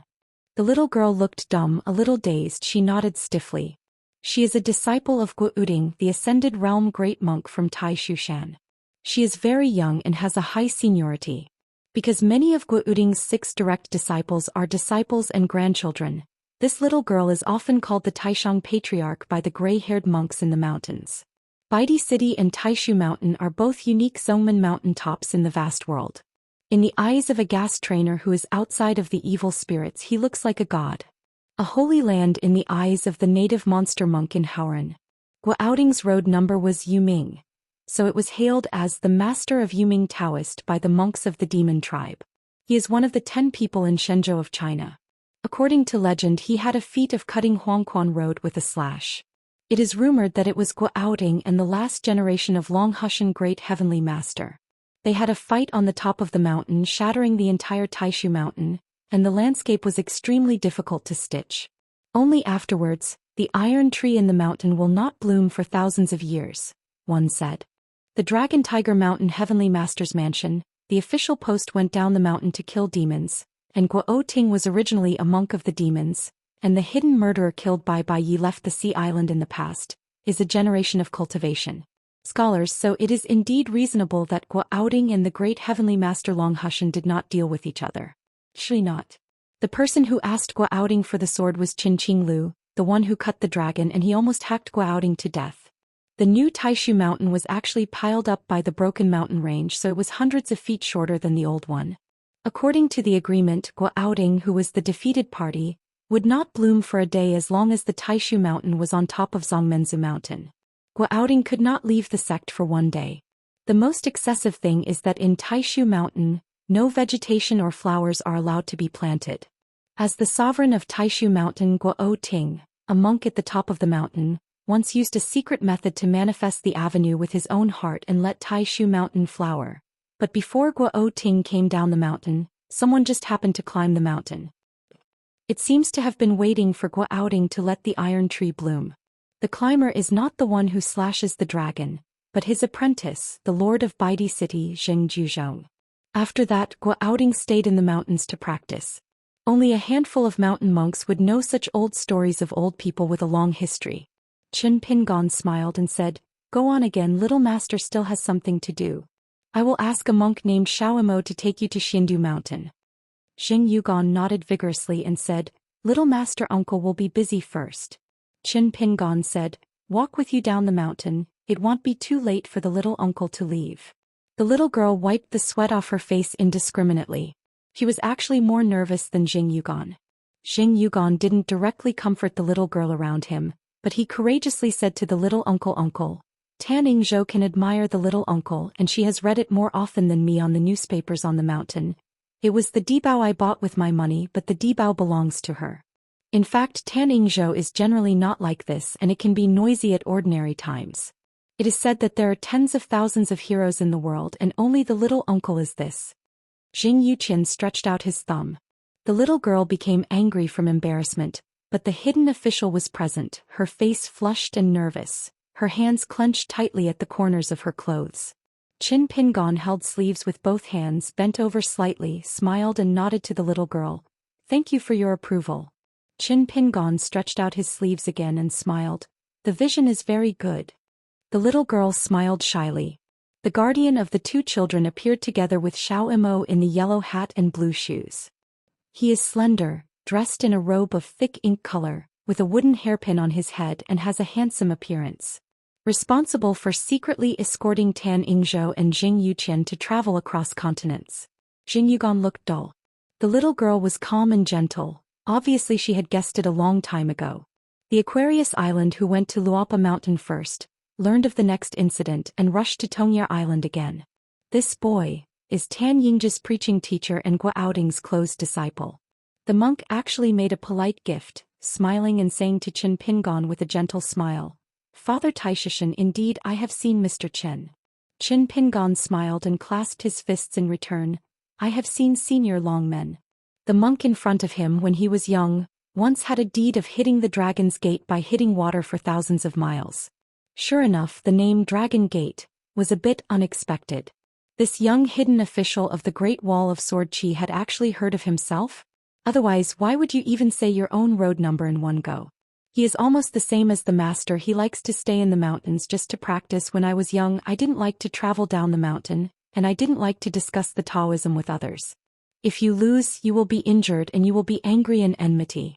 If you break yourself, you will lose even more. Even if you win, you want an extra snowflake. Money, fame are like clouds and clouds, and they can't be eaten. Therefore, in the Middle-earth Shenzhou, his reputation is far less than that of the senior brothers and sisters. Because the respected master was subject to that promise in his early years, He must not leave the Taishu mountain boundary. Therefore the senior brothers and sisters are outside the relationship, accumulating the incense of the mountain and talking with the outside world. Buy and sell business. Even the monks outside Taishu mountain now mistakenly thought that he was still a nascent soul monk. In that battle he just kept his name incognito, took a trip to Nanpasuzhou and deliberately hid his realm, but he hid among a group of monks and placed himself on a coastal front with the Jindan monks. In the end, when the battle was at stake, they joined forces with the sword fairy Chao Shi to defend the Zhenhai Tower together. Qin Pingon smiled and said, Senior Longmen has worked so hard to him all the way. Sure enough, he smiled and said, Mr. Qin is welcome to take things for granted. Qin Pingon patted his nephew on the shoulder with a look of admiration on his face. Yes, we can, among our disciples of Wensheng's lineage and reposting, who finally resembles himself. If you look at the old at the age of 3, you will never be a bachelor when you see that your teacher nephew Zheng is doing the little girl's side. Some things have nothing to do with learning and realm. I really need to talk about talent. Xing Yugon suddenly asked in a low voice, Little master, who are you going to chop off this trip? In the eyes of the little spirit, the little uncle who he most respects is either carrying a sword and cutting people, or walking on the road of carrying a sword and cutting people. Qin Pingon wanted to explain to Xing Yugon that your little uncle in fact has always been kind to others and everyone knows that. It just happened to rely on a wind and rain talisman, to hear the question of the fairy Xiao Longqiu, and Qin Pingon smiled and said, It's a fairy. Sort of coming Chapter 904. On Xilongqiu's mountain the Dragon Vein Ridge looks like a handful of wishful thinking. Gu Panasonic Situ Mengjing seemed to conclude that Qin Pingon would come here, and began to close his eyes to rest and patiently waited for the young hermit's visitor, Xiao Longqiu. Huang Ting was a little boring, so he called Linghu Banana Fish to come here to accompany him and chatter, but there was Longbeard Xianjun, Grand Profound Master Uncle Grandmaster, present. How dare the girl make any trouble? No matter what Huang Ting asked, she just nodded or shook her head. Never dared to disturb the ancestors' cleansing. As a monk going down the mountain he is of course familiar with and talked about all kinds of anecdotes and fairy tales about his ancestor Delongqiu. There are endless stories about the story of the dragon-beard Immortal. He is a good friend with Zhou Xian, one of the 10 Chinese people in the past.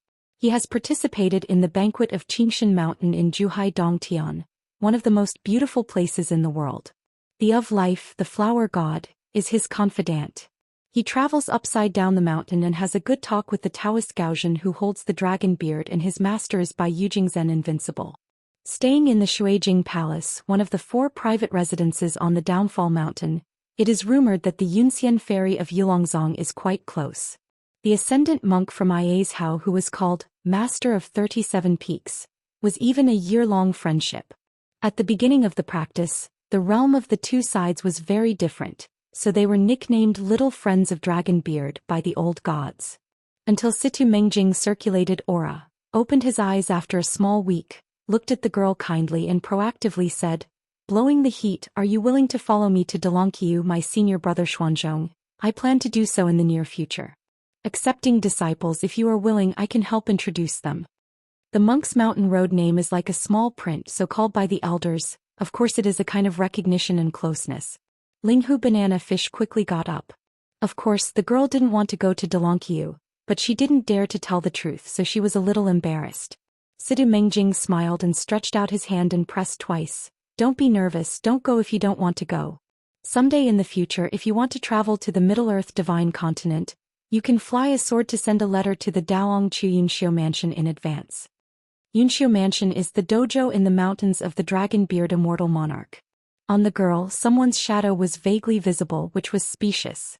Linghu Banana Fish hurriedly thanked the chief.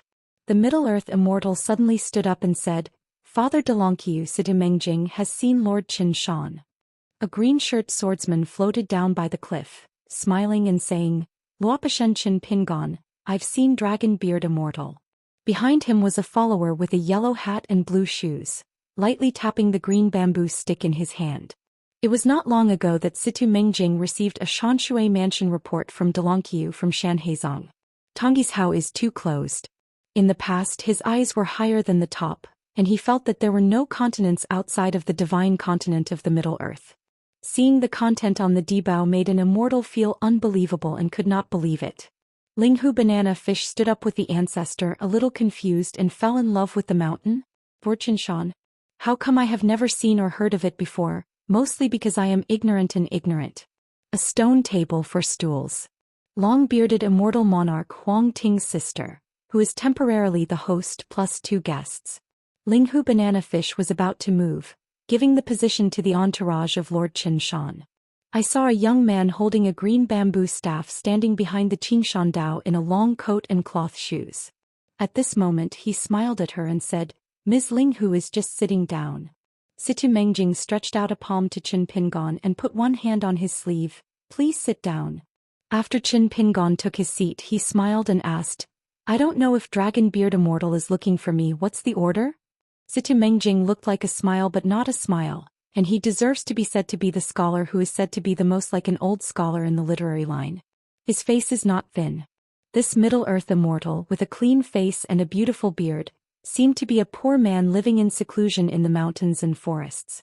Delankyu is in the Middle-earth Shenzhou. Even if he has 2 immortals sitting on the mountain, he is making money every day and his family is deep, but he still belongs to the second-rate sect. It is derived from the vast territory of the Middle-earth Shenzhou beyond imagination, and the other 8 Zhou, a sect, can own an immortal. It is already a well-deserved top sect fairy house. But in the Middle-earth Shenzhou, whether the second Lu sect can be in the first line, there is an insurmountable sky moat in the mountains. Is there any ascension? Situ Mengjing did not want to go in circles with each other and said straightforwardly, I believe that Lord Qinshan is already very familiar with our Xianxia. What I said earlier with Huang Ting is even more sincere. I dare to ask Lord Qinshan how to teach. However, Qin Pingon answered the wrong question. If you remember correctly, you Delankyu in the earth plus this downhill, there has been no new jade in more than 200 years. Now there is only one monk in the Yupu realm of Delankyu, and that is the Delankyu Zhonglu with the name of the Hanging Bell, the master and the junior of Situ Mengjing. In addition, they are all old-aged infants, such as Lin Huizhi who went down the mountain. Quan Qingqiu is still a little better, and with good aptitude he is expected to be among the 5 realms. I believe this is also the embarrassment for the great Longqiu and the Patriarch Hall. With Situ Mengjing's temperament, it is certain that he would not be the supreme master, and the violent temper of the Hanging Bell is natural, and it is not suitable to succeed the suzerain. So once the sovereign lord dies, which day the soldiers will be disbanded, and Delankyu will continue to inherit the incense for 3,000 years, what should I do? Where's a monk? How to gain a foothold in Middle-earth? Can't let a cultivator of nascent soul realm be the sovereign. Isn't it the great jealousy of slighting the world? Situ Mengjing nodded. Anyone who has no farsightedness must have near worries. Qin Pingon smiled and said, Fortunately, no matter how green and yellow, as long as the Dragon Beard Immortal Monarch is present, it will be better than those immortal palaces that have been removed from the sect. At most they are a little bit frustrated and will be laughed at by the outside world.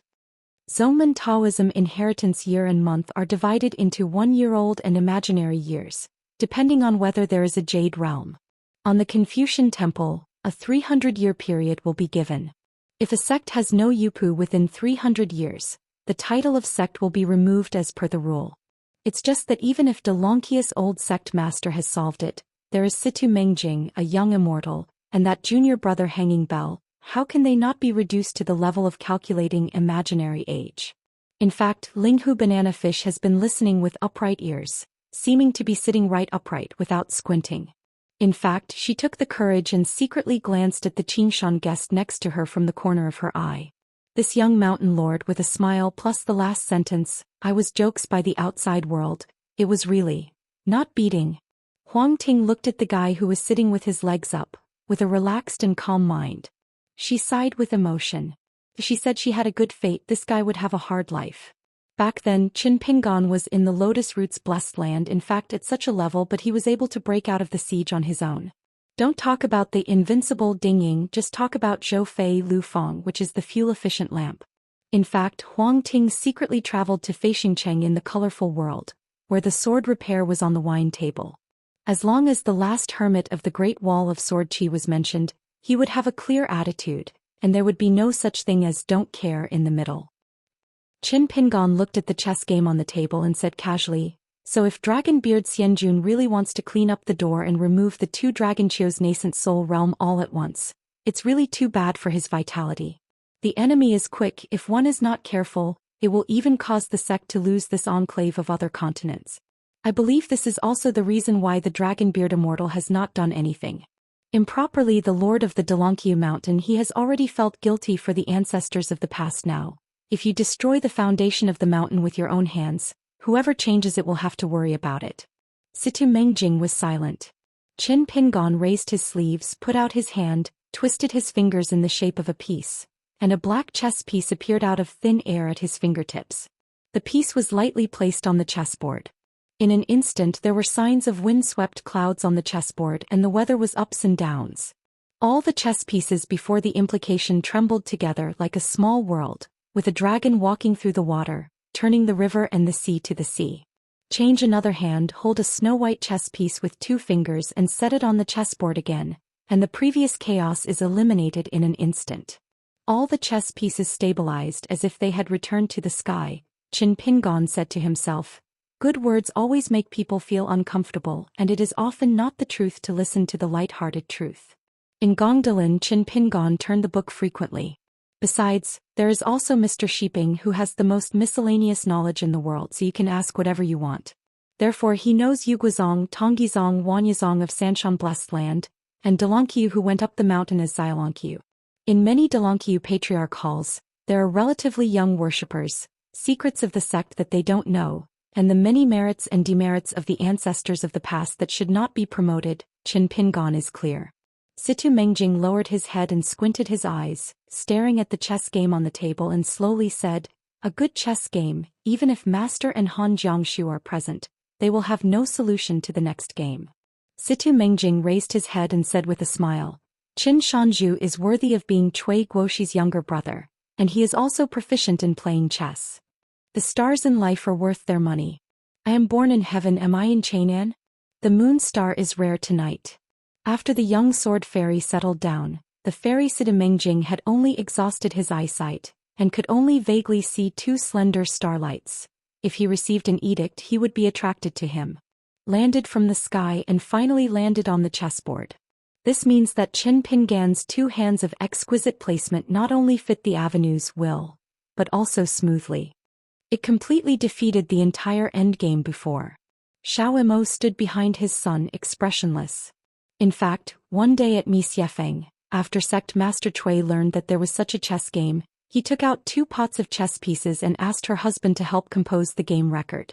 As a result, Sect Master Cui glanced at the endgame and put away all black and white on the table.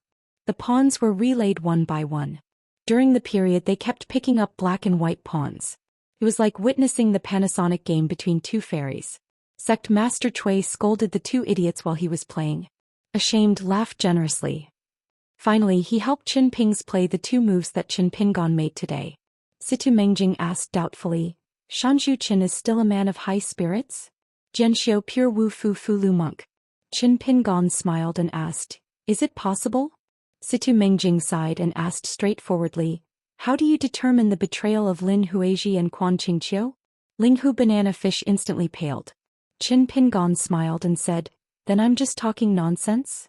Situ Mengjing smiled and said, "Then I will just listen to it." Qin Pingon stood up, looked at the wild garden carefully built by Quan Qingqiu in the distance, and whispered, "Long-bearded fairy will soon know the answer." Situ Mengjing said suddenly, "Remind Qin Shanzhu in advance that how to deal with rebellion in the end is to kill or not. Delongqiu does not need outsiders to intervene." The last time Qin Pingon visited the tip of the heart, he reunited with Huang Ting of Taiping Mountain. After spending a while at the hut, Situ Mengjing noticed a killing intent. It was like a straight line and a sword light passing over Xiaolankyu. It was actually able to make Situ Mengjing feel the coldness of Dao Xian for a moment. Qin Pingon turned his head and smiled and looked at Situ Mengjing without saying anything.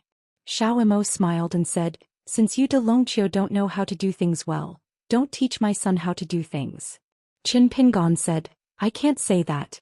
It is Delongqiu's housework. As outsiders we are very honored to be able to help a little bit." Xiao Imo nodded and said, "The son is right." Situ Mengjing didn't feel the slightest ridiculous. He was heavy and slowly got up and said, "If we can help us solve this huge hidden danger, Delankyu will have a good return." Qin Pingon moved to the edge of the cliff, stretched out a hand, held the palm of one of the two stacked narrow knives around his waist, and faced the wild garden that was not far away.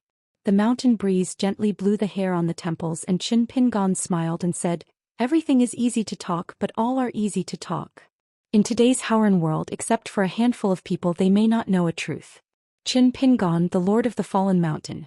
Xiaoma Luopa Mountain is dedicated to the sword repairs at the pinnacle of the Ascension realm. The chief worships Jiang Shangzhen, an immortal. Sect Master Cui Dongshan, immortal. Luopa Mountain Palm has a long life and can be regarded as an immortal. A certain handyman disciple at the New Year's shop in Qilong Lane transformed into an outer demon and ascended to the realm. The chief consecration of the next sect, Miyu, is a sword repairer in the Yupu realm. Zhou Xian, the steward of Luopa Mountain, is a perfect martial artist at the top of the mountain. Pei Qian, the great disciple of the mountain, is the end of the martial arts. It seems that the Qi practitioner is under the Yupu realm, the pure Wufu is under the mountain realm, and the famous guest clerk of the upper and lower sects. It seems that there is no need to talk about it. Outside of Middle-earth Shenzhou, Jianguang teamed up with Fist Gang, which was enough to sweep half of the continent. It is like, in the old days of the Dali dynasty, one country was one continent. Now Qin Pingon, it seems that one person is half a continent. Qin Pingon said, "I'm troubled by Longan Xianjun to call Quan Qingqiu and Chief Zhang for help." Quan Qingqiu and Zhang Luzhu soon each came in a hurry. Quan Qingqiu didn't know the green shirt swordsman who looked at the shelf. But when Chief Zhang saw the back of the green shirt, his scalp was numb, and his Taoist heart swayed like a bucket. Qin Pingon turned his head and smiled. "Chief Zhang, long time no see."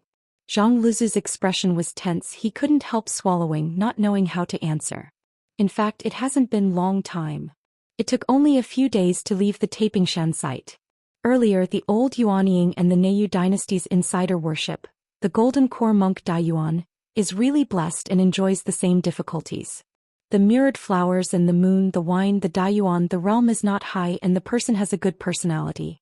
Can call a group of graceful and beautiful fairies, from their own sects and from other hills. They took a mouthful of Zhang eldest brother and Zhang Xianxia, shouting that the bones of the old Yuanying would be crisp. It is not that they have not seen such a powder formation, but a group of Yingying and Yanyan are all genealogical sisters, never before. Only in the end they became a pair of difficult brothers and sisters, and they were all imprisoned by the cruel sword fairy in Qingshan with vicious secret methods. In the end, Zhang Luzhu and Daiyuan were at the foot of the Tapingshan site together as if they were two. The door god, how it was like during the period was really miserable. I didn't want to think about it. So that after returning to Xianxia alive and then becoming the chief guest, everyone had some smiles, because the old Yuanying reminded himself every day to cherish the present day of the gods. At that time at the door, Zhang Luzhu was taken away by Jiang Shangzhen from the black stone of unknown material, so that he was considered to have lost his fortune and eliminated the calamity, and he barely sent away the two plague gods. By now the old Yuanying, who was born in Yishou, didn't know that the inconspicuous stone he occasionally got back then was actually one of the ancient Lian Dui. If you know the roots of this thing, you can sell at least 300 grains of rain money if you meet someone who knows the goods in the Middle-earth divine continent.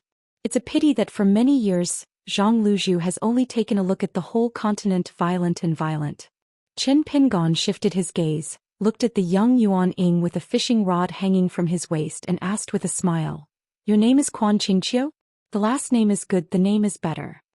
Quan Qingqiu glanced at Patriarch Master and didn't mean to mention anything, so he cautiously said, "It's Quan Qingqiu, I don't know what senior is."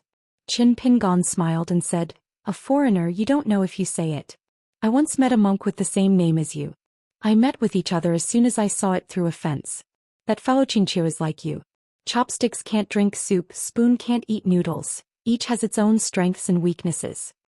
In the prison of the old deaf child, a fairyland great demon called Qingqiu was once imprisoned. He was really a blue loach, one of the four evils that dragged down the river. Quan Qingqiu was confused when he heard that a foreigner dared to play mystery here in front of the master. What on earth does he want to do? Qin Pingon asked. The wild garden, apart from those who have not yet been successfully refined, have you checked the identities of the 76 monster monks? A wild garden occupies an area of tens of miles, and all those monster races are banned. Almost all of them are monks in the lower 5 realms. The chief guest, Zhang Lu, focuses on the overall situation of the abbot, but the person who is really in charge of the specific affairs is the old golden pill of Xianxia, and another guest who has been recruited a few years ago. He is a pure martial artist, born in a subjugated military commander in a state of gold, and his family broken. There is no hope of restoring the country, facing the remnants of these monster races, killing intent. Monk Xianxia meticulously built a talisman formation and set up a landscape barrier to prevent the monks from escaping from the rune formation. Above the line of the rune formation, dozens of mirrors made by Xianxia mirror were hung in the wild garden. In the middle area there is a small hill with a wide view. There is a temporary mansion built on the top of the hill. The Wufu named Qingmi lives in it. Quan Qingqiu and Zhang Luzhu occasionally settle in it. Tourists from other countries can take a few talisman boats to tour the wild garden. Quan Qingqiu couldn't help but glanced at Uncle Shi again, but unfortunately Situ Mengjing still didn't have any reminders. Quan Qingqiu felt a little anger in his heart. Listening to the tone of the squad, does he really feel that he has taken possession of the magpie's nest and turned against the guest? However, Quan Qingqiu replied in a calm tone as much as possible. All of them have been carefully checked, and they have passed the mutual authentication between the monsters and beasts. It is clear which Shantao sect comes from, which wild military account belongs to, and is recorded in detail. There won't be any mistakes. I took this opportunity to help the Academy find a lot of hidden news. There is only one Dragon Gate realm and a few Dongfu realm beasts. What can be wrong? Quan Qingqiu can kill all the monster races in the wild garden with one hand as long as he wants to. Qin Pingon stepped out, shrank the mountains and rivers, and came directly to the sky above the wild garden. In the bright moon night, a green shirt hovered in the wind, gently tapping the handle of the narrow sword with the palm of his hand, his eyes drooping, overlooking the earth. Xiaomo did not follow Qin Pingon to the wild garden, but was told by his heart to stand on the edge of the cliff. Looking at his son's demeanor, Xiaomo was looking forward to traveling together with his son in the bright moon in the future. In the ancient times when the high ground was far and wide, there were countless strange sights, such as the golden crow of the Sun Palace descending from the crimson quell, and the emperor riding the wind under the green. They were all scenes that Xiaomo had seen with his own eyes. There was even that magnificent battle between water and fire. The bright moon melted, the mountains collapsed, the Dadu dried up, the sea began to burn, and the scorching sun began to freeze. There is no need to hold the token of the talisman formation. The green shirt is straight, and the formation restriction is broken at will, such as entering the land of no one, and falling on the square outside the mountaintop mansion. Zhang Luzhu hesitated for a moment, and said to Xianjun Longbeard that he obtained permission and immediately went to the Yuan mansion with Yufeng. One is walking in the square. The burly man stopped his figure, his face was unhappy, and he asked in a deep voice, "Who is the one here? Give your name." The uninvited guest said, "The last name is Chen, the first name is Pingyan. From Xindu Mountain, see General Qing Qing." Takeo glanced at the opponent's waist with a knife, stretched his brows a little and slowed down his tone and asked, "Is there a token of Xianxia?" Zhang Luzhu came to the square and said anxiously, "Qingmi, don't be rude to Qin Shanzhu. Qin Shanzhu is our Xianxia's distinguished guest." Qin Pingon asked with a smile, "Why is it rude to check the identity?" "Chief Zhang, we are friends. I still have to say you can't turn your elbows outside." Zhang Luzhu immediately bent over and nodded. Manager Qin Shan's teachings must be remembered in mind. Lao Tzu was born in Yishio, so what is shameless to talk to me? Who is it? Qingmi is used to this. He doesn't like or dislike this old daffodil named Narcissus. Anyway, it's just a short man who pulls out a general. In this Xianxia he can still drink and talk a few words. Qingmi and Lin Huizhi, the Frosty Mountain owner, and the dog-seeing Quan Qingqiu had nothing to talk about. It is estimated that the other party would not bother to talk to him, in a sparsely physique golden body, on the mountain again, not worth a few gods' money. Qin Pingon slowly drew the knife out of its sheath. A narrow knife slashed and the sharp blade appeared. It is as cool as water and the moonlight is shining very clear.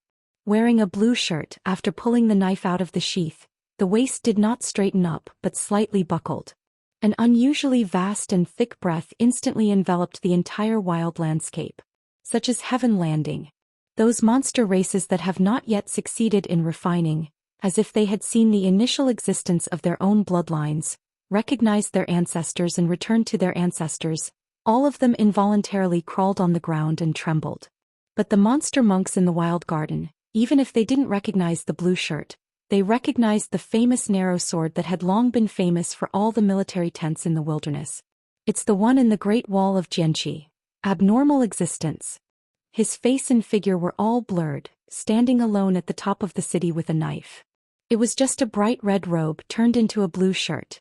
Qin Pingon narrowed his eyes and looked around. I found you. I really know how to hide. Choosing to hide here is really good for my brain. Otherwise, just relying on his own few wind and rain charms, really may not be able to find clues. It's a pity that there is a Xiaomo beside him, offering a handful of caged finches. Qin Pingon stepped out again, holding down the head of the lower 5-level monster monk with one hand, wiping it across with a narrow knife and slowly cutting off the head. At the same time he had detained this soul into a ball, held it in the palm of his hand, and threw it to Xiaomo who was standing on the cliff of his mind. Xiaomo put it in a natal flying sword, and after a while he had a heartfelt talk with his son. In addition to Quan Qingqiu, there really is another Lin Huizhi. This monster monk is not high in realm, just a nascent infant realm, but it is one of the relatively core roles of a certain wild military account, and it has a good teacher. It was damaged in a battle in the old dragon city, its true body was broken, and it returned to the vicinity of Xianxia to recuperate, and finally failed to withdraw from Tonggishao in time. Even though all the monster races that are still wild and untamable are imprisoned here, none of them dared to approach the last hermit who had guarded half of the Great Wall of Sword Qi with an invincible posture tonight. After all, the only person who confronted him in those years was the Sword Fairy Dragon Lord, one of the old thrones. Qin Pingon returned his sword and returned to the square outside the hilltop mansion and asked with a smile, General Qing, would you like to move a place? There are a lot of martial artists on the top of my house, and there is no shortage of opportunities to learn from each other. Xiaowang owes me a favor. It won't be blocked. Qingmi grinned and shook his head. It's nice to be here. I don't think I'm still dreaming when I look at the bunch of beasts in the cage every day. Above the Confucian temple, the Minister of Bones and Knives, standing on the battlefield, is also a general of thighs and arms. He was born in a family of hairpins, but he joined the army when he was young and abandoned his pen to vote for the army. For decades he has been sluggish and dealt with sand and horse dung. The capital of the old country was once hailed as the city without moon by the immortal master of Yizhou. Because since the founding of the country there has been no curfew. The lights are like daylight all the year round, so it's superfluous to look like a bright moon. If you want to take it away, you can't take it away. If you want to go back, you can't go back home. It's just that besides missing family members and robe for some reason, what Qingmi missed most now was a fly restaurant in his hometown that he often went to. For a bowl of noodles, drop a handful of minced garlic, sprinkle a handful of dried chilies and drizzle with hot oil. Qin Pingon smiled and said goodbye. Qingmi clasped his fists heavily and looked solemn. Zhang Luzhu did not immediately follow Qin Pingon to leave the wild garden.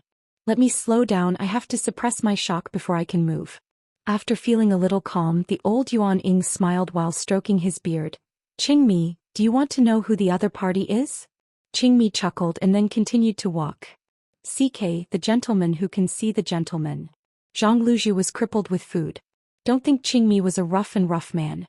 In fact, there was a bit of learning and ink in his stomach. Qingmi suddenly stopped and asked. The previous demonic cultivators seemed to be using the same vocabulary in the wild bird language. What does it mean? Zhang Luzhu ridiculed.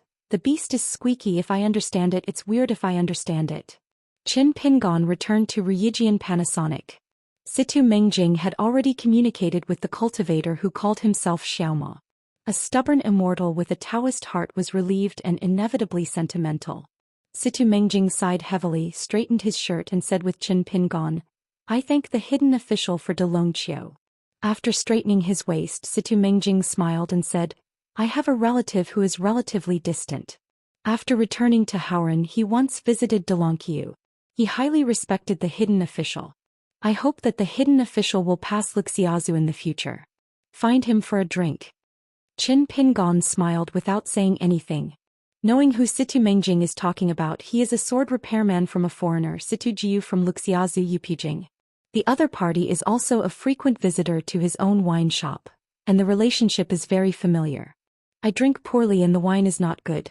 I like to say some drunken things when I drink too much. When I squat on the side of the road and drink vegetables and drink together, I like to hold my shoulders, so I ask if I don't want to be a concubine. Dare not. He also said that in his family, it is a famous beauty den. Arriving in Luxiazu looking for him to drink? It would be very polite not to cut his Situ Jiu. Qin Pingon took Xiao Imo directly back to Xiandu Mountain. Previously, Xiao Imo sent them to the Xiandu Mountain boundary, and left, turning into a sword light and flying away. The sword light was fleeting. Sure enough, he is an immortal and he is practicing in a large gate like Taishishan. Although he does not like to travel far because the master is controlled by that promise, the big monks take the initiative to visit Taishishan, so he does not need to go out at all. I was accustomed to seeing the demeanor of the monks on the mountain tops of all continents, just like the real fire dragon who claimed to be the world's fire method first, thunder method second, once drunk and drunk once, shook his arm with a rare water magic power.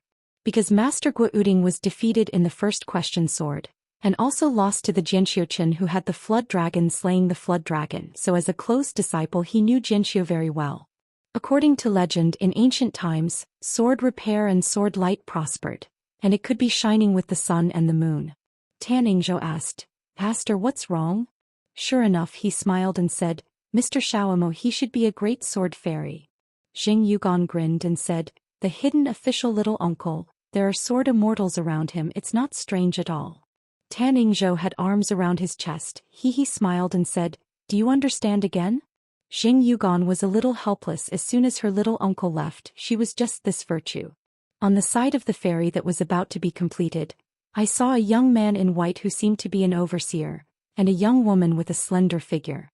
Xing Yugon shouted, "Brother Cui, senior sister Pei." Although my master is the younger brother's brother, but I was late to start, so it's not wrong to call the other brother and sister. He is not stupid, he is so worldly, and he is very proficient. It is clearly written in black and white on the book. Pei Qian smiled and nodded, "Good name." Cui Dongshan smiled and said, "Fuck again, see us next time, remember to call sister Pei first and then sister Cui. Anyway, they have to be booked, it is better to do it yourself." Tan Yingzhou curiously asked, "Are you Jing Qian?" Probably because she felt rude, the little girl hurriedly added, "Grandmaster Zheng."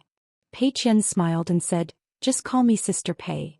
Xing Yugon explained to the two fellow students, "On the way here I just met little Shirshu. Xiao Shirshu said that he was going to Xianxia to chop. I asked the sword, I think I will return soon." Tan Yingzhou stared and said, "How can the hidden official say that, just saying that he is going to be a visitor and friend, so you don't want to add fuel and jealousy here?" Xing sighed again. "The little uncle is my little uncle, not yours. Forget it, it's always right not to quarrel with the girl." The two sword lights left the boundary of Xianxia and returned south in the middle of the night. The sword light is accompanied by the bright moonlight, several stars fall on their chests, and the soles of 100,000 peaks are blue. Sword of Coming Chapter 905. At the end of the new year, there was another heavy snowfall with countless pieces of jade. A military ferry of the Daquan dynasty has sailed far from the northern border, and within a few hours, it will reach the Xiandushan ferry. There was an old man wearing an old and heavy fox fur. He traveled north by boat along the way, occasionally leaving the house and walking to the boat rail, watching the winding mountains and rivers in the wind and snow. If you want to experience abundance, you will be swayed by the fairy algae. It's no longer the barren fields and countless dead bones under the mountain, the only bleak scene in the mountains where apes climb the withered vines and cranes look at the tombstones. On the side of the ferry, a green shirt suddenly gathered the clouds and water, hovering in the wind and snow. The green shirt and the long gown, the hostess on the head, the double knives on the waist, the volley and the emptiness, keep pace with the ferry. This blue-shirt swordsman, who appeared next to the ferry without warning, seemed to be strolling in the air, but in fact he was as fast as an eagle. Thousands of horses are imprisoned and angered against all enemies. Lu Zong walked out of the cabin, came to the bow deck, leaned against the railing, smiled and waved, "Brother Chen." The chief worshipper of the Daquan Yao family made a gesture to indicate that the worship and the soldiers on the ferry side should not be nervous. They are his own family members. After Qin Pingon settled down on the ferry side, he shouted, "Brother Lu." The short old man grinned with a beard. Hearing Qin Pingan's name, Lu Zong, the knife sharpener, looked quite contented. This is called gathering people in groups. I think back then he was such a handsome young guy. In that hometown when I was young, I didn't dare to say that I was invincible, and I was invincible. Anyway, I was invincible and rarely met. As long as the ones who are stronger than yourself don't stand in the way, you are invincible. Countless heroes of the world have met me, Lu Zong. Who doesn't give a thumbs up? How many high-ranking officials who want to treat themselves as guests, teach how many women are infatuated and make them repeat the nickname in their hearts. Little Zhou Xian. The ferry was 3 stories high, and Lu Zong took Qin Pingon to the top floor where old General Yao rested. Qin Pingon asked curiously, "Is this a transcontinental ferry? You Daquan built it yourself?" As for the intercontinental ferry, Qin Pingon dared to say that the number he has seen is not half 140. This ferry is actually only slightly smaller than the Fengyuan ferry. Compared with the ferry boats on all continents that are docked on the inverted mountain, this ferry can be regarded as a medium-sized one. Lu Zong gathered the sound together and revealed the secrets of Qin Pingon. There was no taboo. It is half buying and half made. Back then many strange people and strangers gathered in Mirage City. About half of them were saved by His Majesty. There are a few immortal genealogists who can have some relationship with other continents. A few years ago Your Majesty asked people to help build the bridge, and at a high price he bought some construction drawings from Ia's Hao. The Wuxia ferry boat, I heard about it. Generally, the cross-continental dock is at the southernmost Kishandu, Daejian. Xianxia Li is responsible for the lead. This one is the same as Wuxia, but the appearance has been changed a lot. Your Majesty is very courageous. In addition to this Xianxia, he also has to build 2 new intercontinental ferry boats. Keep one for yourself and sell one. Anyway, the money you bought for the drawings must be made up from someone who is wronged. When I came back, the names were taken and they were called to Mai Yuan Lei Che. Han Yushu, the daughter of Wan Yezong's suzerain, said that they intend to buy Sanshan blessed land, but for some reason there has been no news recently. There are also some intentions on the Jinding Temple in the north, but the price is not as high as that given by Wan Yaozong. A full 30% lower, but the Baozhen Taoist Yi Miaofeng of Jindingguan, and his disciple Shao Yuanran, were the first-class offerings of our Daquan before. If this incense is there, if Wan Yaozong delays this way, he won't give it to him. For proper reasons, with Your Majesty's temper, most of them sold that thunder car to Jindingguan. Qin Pingon deliberately skipped Wan Yaozong, thought about it, nodded and said, "It's safe for Daquan to keep 2 ferry boats on his own. One is for north-south trade, connecting Aquarius and Beiju Luzhou in the north. If you can also sail to the northern ice field of Ai Aizhou. For example, you Daquan can see if there is a chance to join forces with the Lu family of Ai Aizhou to mine icefield minerals. Another ferry is to go to Shenzhou or Fuyao Island. Yes, and the sooner you have a private ferry, the better. You can finalize the terms of the covenant with the sects and big dynasties along the route as soon as possible. The longer the period, the better." Now, 7 or 8 out of 10 of the existing intercontinental ferry boats of the Haoran Tianxia Zongmen have been transferred and borrowed by the Zhongtu Confucian Temple. They have been temporarily confiscated. Therefore, there are few ferries that can cross the land and cross the sea. Therefore, whoever can own a similar ferry, earning money is easier than ever, similar to the strong chess on the go board, the most powerful and then take the ground. Lu Zong chuckled and said, "The hero sees a little the same. My brother can help convey this to our Majesty?" Qin Pingon smiled and said, "Brother Lu, it's been so many years. He's still in a golden figure. It's not appropriate. When we arrive at Xindu Mountain, let's help each other." Knowing that the other party was changing the subject, Lu Zongming still laughed angrily. Swearing does not reveal the shortcomings, hitting people without slapping the face and talking about the morals of the world?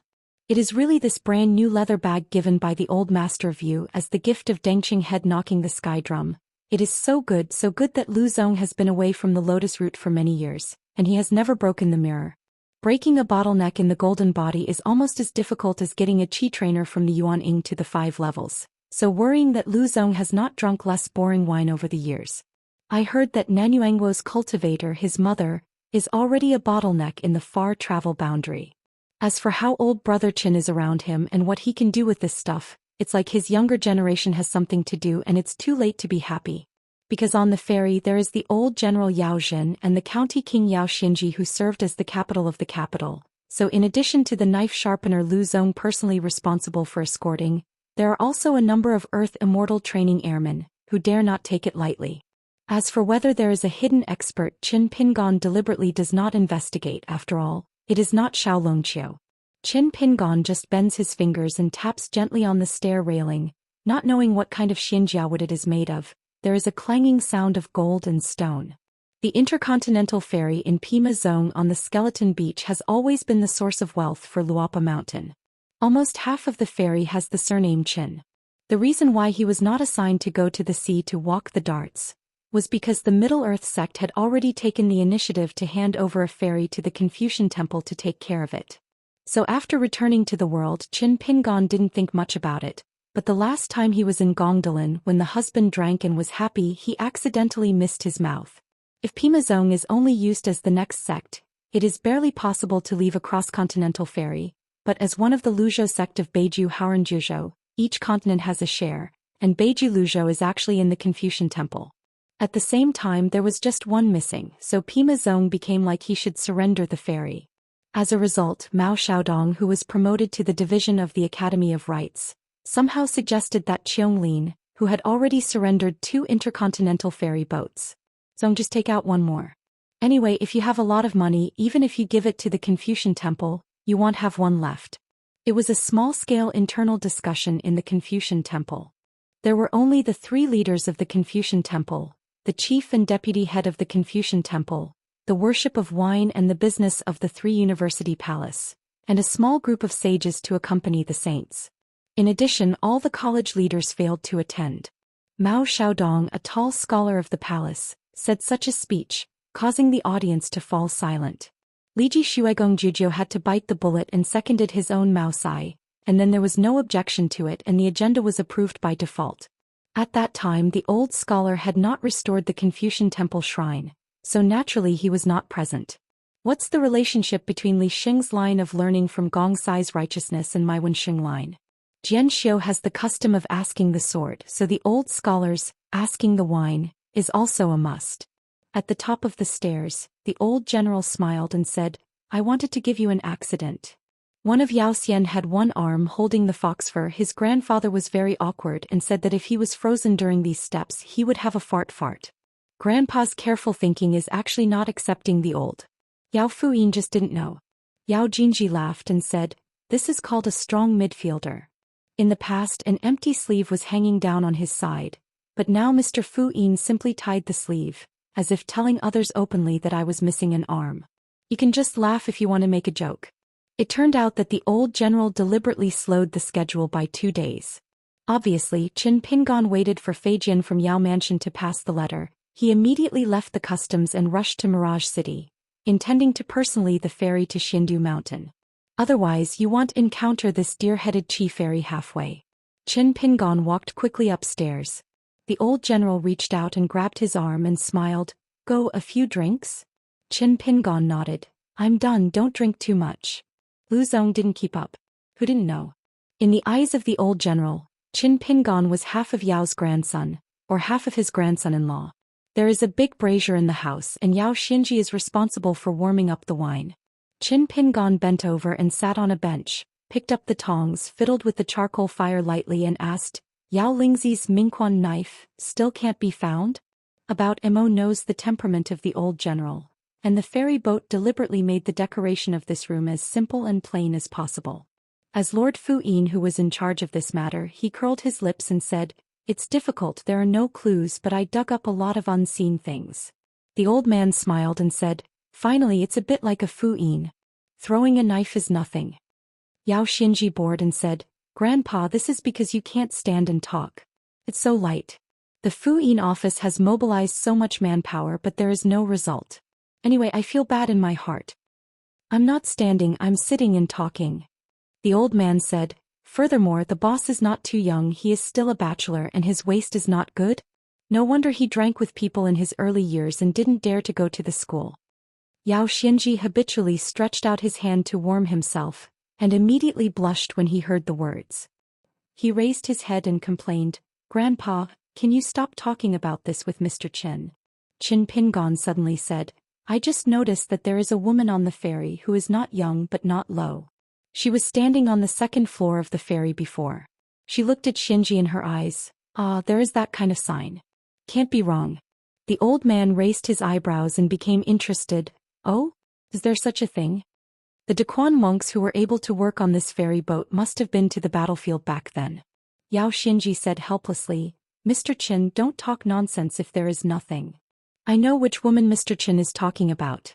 After all the monks in the army in the capital will personally review their files, background, mountain pedigree, battlefield resume." Yao Xinji, the man in the house, is very clear. That girl is Lu Yi, her boudoir name Yuanyang, the Taoist name is Yifu.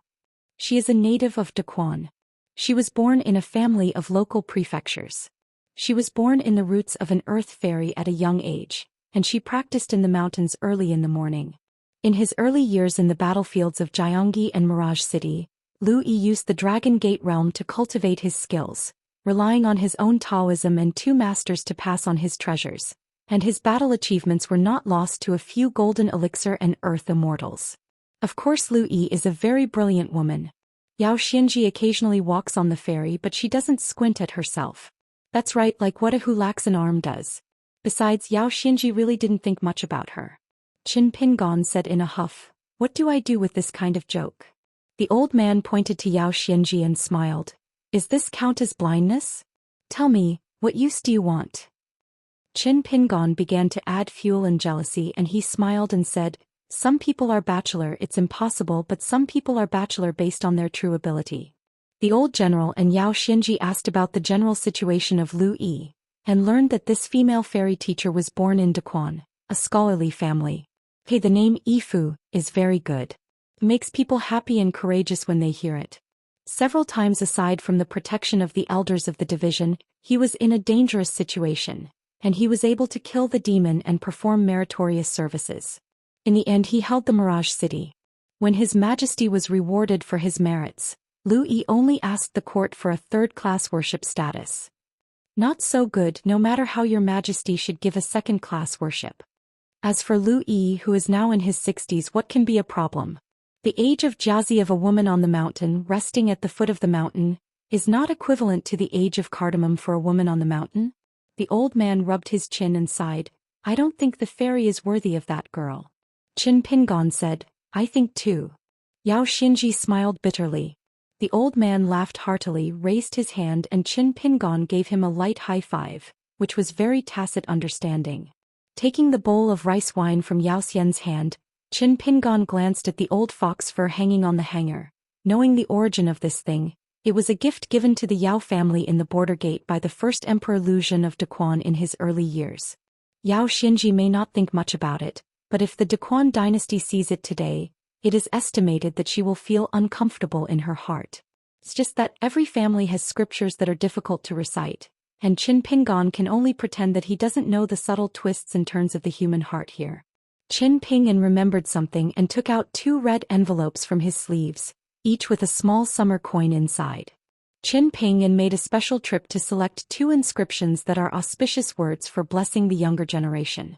He handed the red envelope to Yao Xianji and said with a smile, "I will help Yao Lingji and give it to her child, as I, Uncle Qin, will make up for the New Year's Eve money owed over the years." Yao Lingji, married as a wife a long time ago, now has a pair of children, but the 2 children are not very old now. Similar to Qin Pingon, many monks on the mountain like to collect all kinds of small summer money with many inscriptions. Similar to spending money, open furnaces in the treasury, hang lanterns in the spring, celebrate birthdays, and have a variety of inscriptions. Qin Pingon has been traveling for so many years, but he hasn't left. Privately, he has collected 6 sets of the Chinese zodiac little summer flower money, 3 sets of monthly order flower god money, and a set of engraved Kun Yushan models. 36 Tiangang Xiaxia. For this reason, Qin Pingon spent a lot of private money. He took the Gu Yuqian in his hand and gave it to the Luopishan accountant Wei Wenlong to take care of it. Get started. In this matter, the AI Aizhou Lu Kaishan is a master-level figure, and has collected many orphans who are known as unparalleled in the world. Yao Xinji put away the red envelope and said with a smile, "The two kids were probably crazy when they received this New Year's money. My uncle, there is no majesty on their side. The two children were weird and smart when they were young. They were pitiful and wild. They only wanted to ask me about Mr. Chen's landscape stories. When I was uncle, I was a little sincere. No, during the first month this time, the two children and their uncle had to kowtow a few more times before they could give the red envelopes." Yao Zhen asked casually, "Wu Tan is not in Tongyi's Hao, he went to Howren World. We only have Pushun Huang Yiyun as the master of ending. Have you both seen him?" Qin Pingon nodded and said, "I have seen it before, the first time I met at Yunku Fudi, and then something happened. Lord Yi Shan agreed to Xian Dushan as the honorable guest." Yao Xinji wondered, "Last time I was in Mirage City, why didn't you tell me?" Master Fu Yin was delighted in his heart. "Hey, under Mr. Chen's next clan, wouldn't he have to be on par with Pushun Huang Yiyun?" Qin Pingon said in a huff, "What do you say about this?" Old General Yao tweeted, "That's a great beauty, the Washinshan Rouge list of Yunku Fudi, that is, Sovereign Jiang dare not include her in it, otherwise it will be ranked in the top 3 and you will not be able to escape. It didn't come in vain this time." The old man took a sip of his wine and said with a smile, "Can you hold it?" Qin Pingon was speechless. Yao Xinji finally found the opportunity and joked, "Instead of me facing such a beautiful mountain fairy master and still a female martial artist, she must be unable to restrain herself and sleep at night." Qin Pingon smiled and said, "Can't sleep at night? Toss and turn, be careful to hurt your waist, then it will be worse. Xianxia, you can, but a good person because you don't want to harm the girl, afraid of marrying the door and keeping the widow?" Yao Xinji almost suffered from internal injuries and had to drink a sip of warm rice wine. The old man smiled and asked, "Since you are all great masters, can you discuss each other?" Qin Pingon nodded, "I won." The old man asked again, "What if you meet Wu Tan?" Qin Pingon thought for a while, nodded and said, "I can win. It's just that it won't be easy to win. After all, Wu Tan is a martial artist who has been fighting for many years at the Guasian level. In addition to removing all the talisman prohibitions on his hands and feet, Qin Pingon also has a mentality of winning and losing, and completely let go, ask the punch with your hands and feet." Now Qin Pingon and Ren Wenqun can roughly distinguish 4 situations. Suppressing the realm, not suppressing the realm, whether there is a talisman forbidden on the body, and the last kind of revealing the real body, the posture of the city head. Lu Zong knocked on the door lightly, pushed the door and walked in, rubbing his hands and smiling, "What can win if you win?" Yao Xinji poured another bowl of wine to Lu Zong and said, "We are talking about Huang Yiyun and Wu Xing Wu Tan." Lu Zong shook the wine bowl, smelled the wine, turned his head and looked at the swordman in Qingshan who was no longer drinking, reaching out to the fire, glanced at the stacked narrow knives on his waist and asked, "Your big disciple when?" "To the end?" Qin Pingon smiled and said, "It is already." Lu Zong drank his bowl of wine in one gulp, his whole old face wrinkled with anxiety. He hesitated for a moment and whispered, "Actually, I always wanted to find a chance to have a fight with Huang Yiyun. It's a pity that I was in Taoyi last time. When meeting Du, she was going to discuss business with Our Majesty as Pushun Mountain Master. Not good to speak. Now why bother to stay close, right?" Qin Pingon smiled and said, "Just wait for Brother Liu's words." Lu Zong said with a bitter face, "I am in the golden body state, unable to travel far and wide. It is not appropriate to ask a boxing on the boat. I will talk about it when I get to Xindu Mountain." Qin Pingon said, "Don't be so troublesome." In an instant the world changed, only one brazier remained the same, and the 4 people still sat around the furnace, but other than that there was nothing left in the world. The 4 people and the brazier are all imaginary and too imaginary, as if they are hovering in an endless ancient mystery. Yao Xinji gently stomped his feet, ripples under his feet as if stepping on a calm lake. Qin Pingon stood up, moved horizontally and stood in the void 100 feet away from the brazier. After holding one hand he handed the palm to the other, smiling and inviting, "Wu Fu Lu Zong, just punch out." Lu Zong sat on the spot, his scalp numb like sitting on pins and needles. It's strange to say that this kid Qin Pingon in a snow-white robe with a sword on his back, strayed into the blessed land. He did away with the invincible old man Ding Ying. After leaving the lotus root, What feats he has done for so many years. In fact, since Zhong became the chief worshipper of the Yao family of Daquan, he has probably heard about it, even if it was the last reunion in Mirage City. At that time Qin Pingon was already a last-generation hermit, or a well-deserved sword in the upper 5 realms.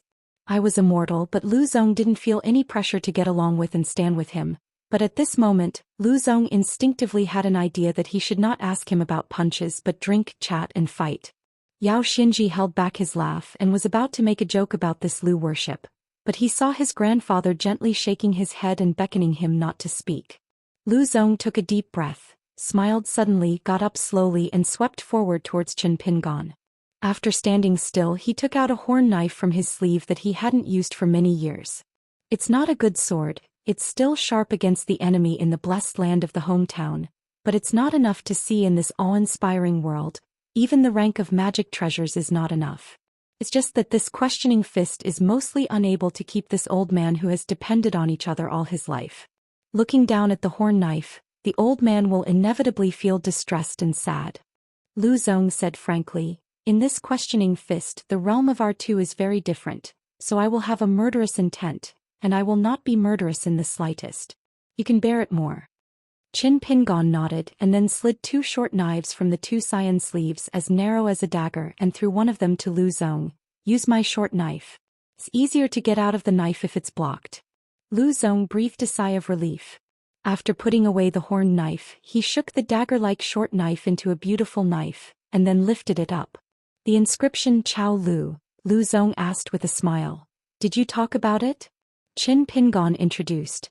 The real name Zhilu is the Chao Zi dagger recorded in official history.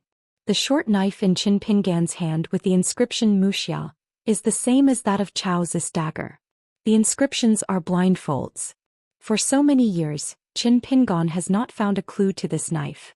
Since it can be comparable to Chao Zi's dagger, it must be the origin is good, plus it was obtained from the assassin who cut the deer mountain, so Qin Pingon took the opportunity to name it Cut the Deer. Lu Zhong's eyes were appreciative and he nodded and said, a good knife, a good name, even more so for the current knife holder. Lu Zhong's figure disappeared in a flash, only between the place and the blue shirt, dragging out a light streamer with a spatula. Qin Pingon remained motionless, raised one arm, twisted the tip of the chasing knife with 2 fingers, patted it with a palm and fell heavily on Lu Zhong's face, knocking Lu Zhong to the ground on the spot, and a dagger was thrown away. Qin Pingan kicked Lu Zhong's head again and instantly slid out dozens of feet. Qin Pingon still stood on the spot, just tossing the dagger gently back to Lu Zhong. Lu Zhong jumped up, stretched out his hand to catch the dagger, wiped the face with the back of his hand, then tilted his head and spit out a large mouthful of bruises and said with an angry smile, "Good boy, don't you feel pressured?" Qin Pingon asked, "Is there any difference between the pressure of the environment and not the pressure of the environment? Doesn't it still require me to stop and then stop in order to prevent you from being killed by accident?" Yao Xinji, who was watching the battle from a distance, widened his eyes. Hearing Mr. Chen's words, he suddenly felt a little strange, as if he had never really known Mr. Chen. The old general drank his wine and smiled and said, "How do you think he got here over the years? The same rice feeds hundreds of people and 100 families of rice feeds one person. It is not easy to seek a life in the world, and the hardships here are not enough for outsiders. Maybe the only words, all the truths, sword repair is only in the sword and wufu is only in the fist." On the side of the martial arts field, Qin Pingon shook his head and said, "It's just that the golden body state is good enough and it's barely a paper physique, so I think it can be regarded as a half-distance travel state. By coincidence, on my side I really can't. That's it. It's okay to ask me to suppress the realm. I'll suppress the 3 realms and teach the opponent's sword skills in the same realm. The second option is to follow me. If I don't overwhelm the environment, stand still. Can you let me move as you go? I lose even if I move half a step. Luopa Mountain Bamboo House is a line. It has always been this way to teach fist to fist. I can't bear it, I can't hold it, and I go back to drink." The 2 sides are still Brother Lu and Brother Qin. Lu Zhong didn't have any words, so of course he chose the second one. Within a stick of incense, Qin Pingon remained motionless from beginning to end. If the dagger was close, he would gently push the blade away, but Lu Zhong's fists and feet were required to get closer. Qin Pingon would either stand still and be beaten. His expression was indifferent. The golden body bottleneck wufu shot with all his strength and landed on Qingshan. looking extremely painless or itchy or just slapped it down, hitting Lu Zong to vomit blood.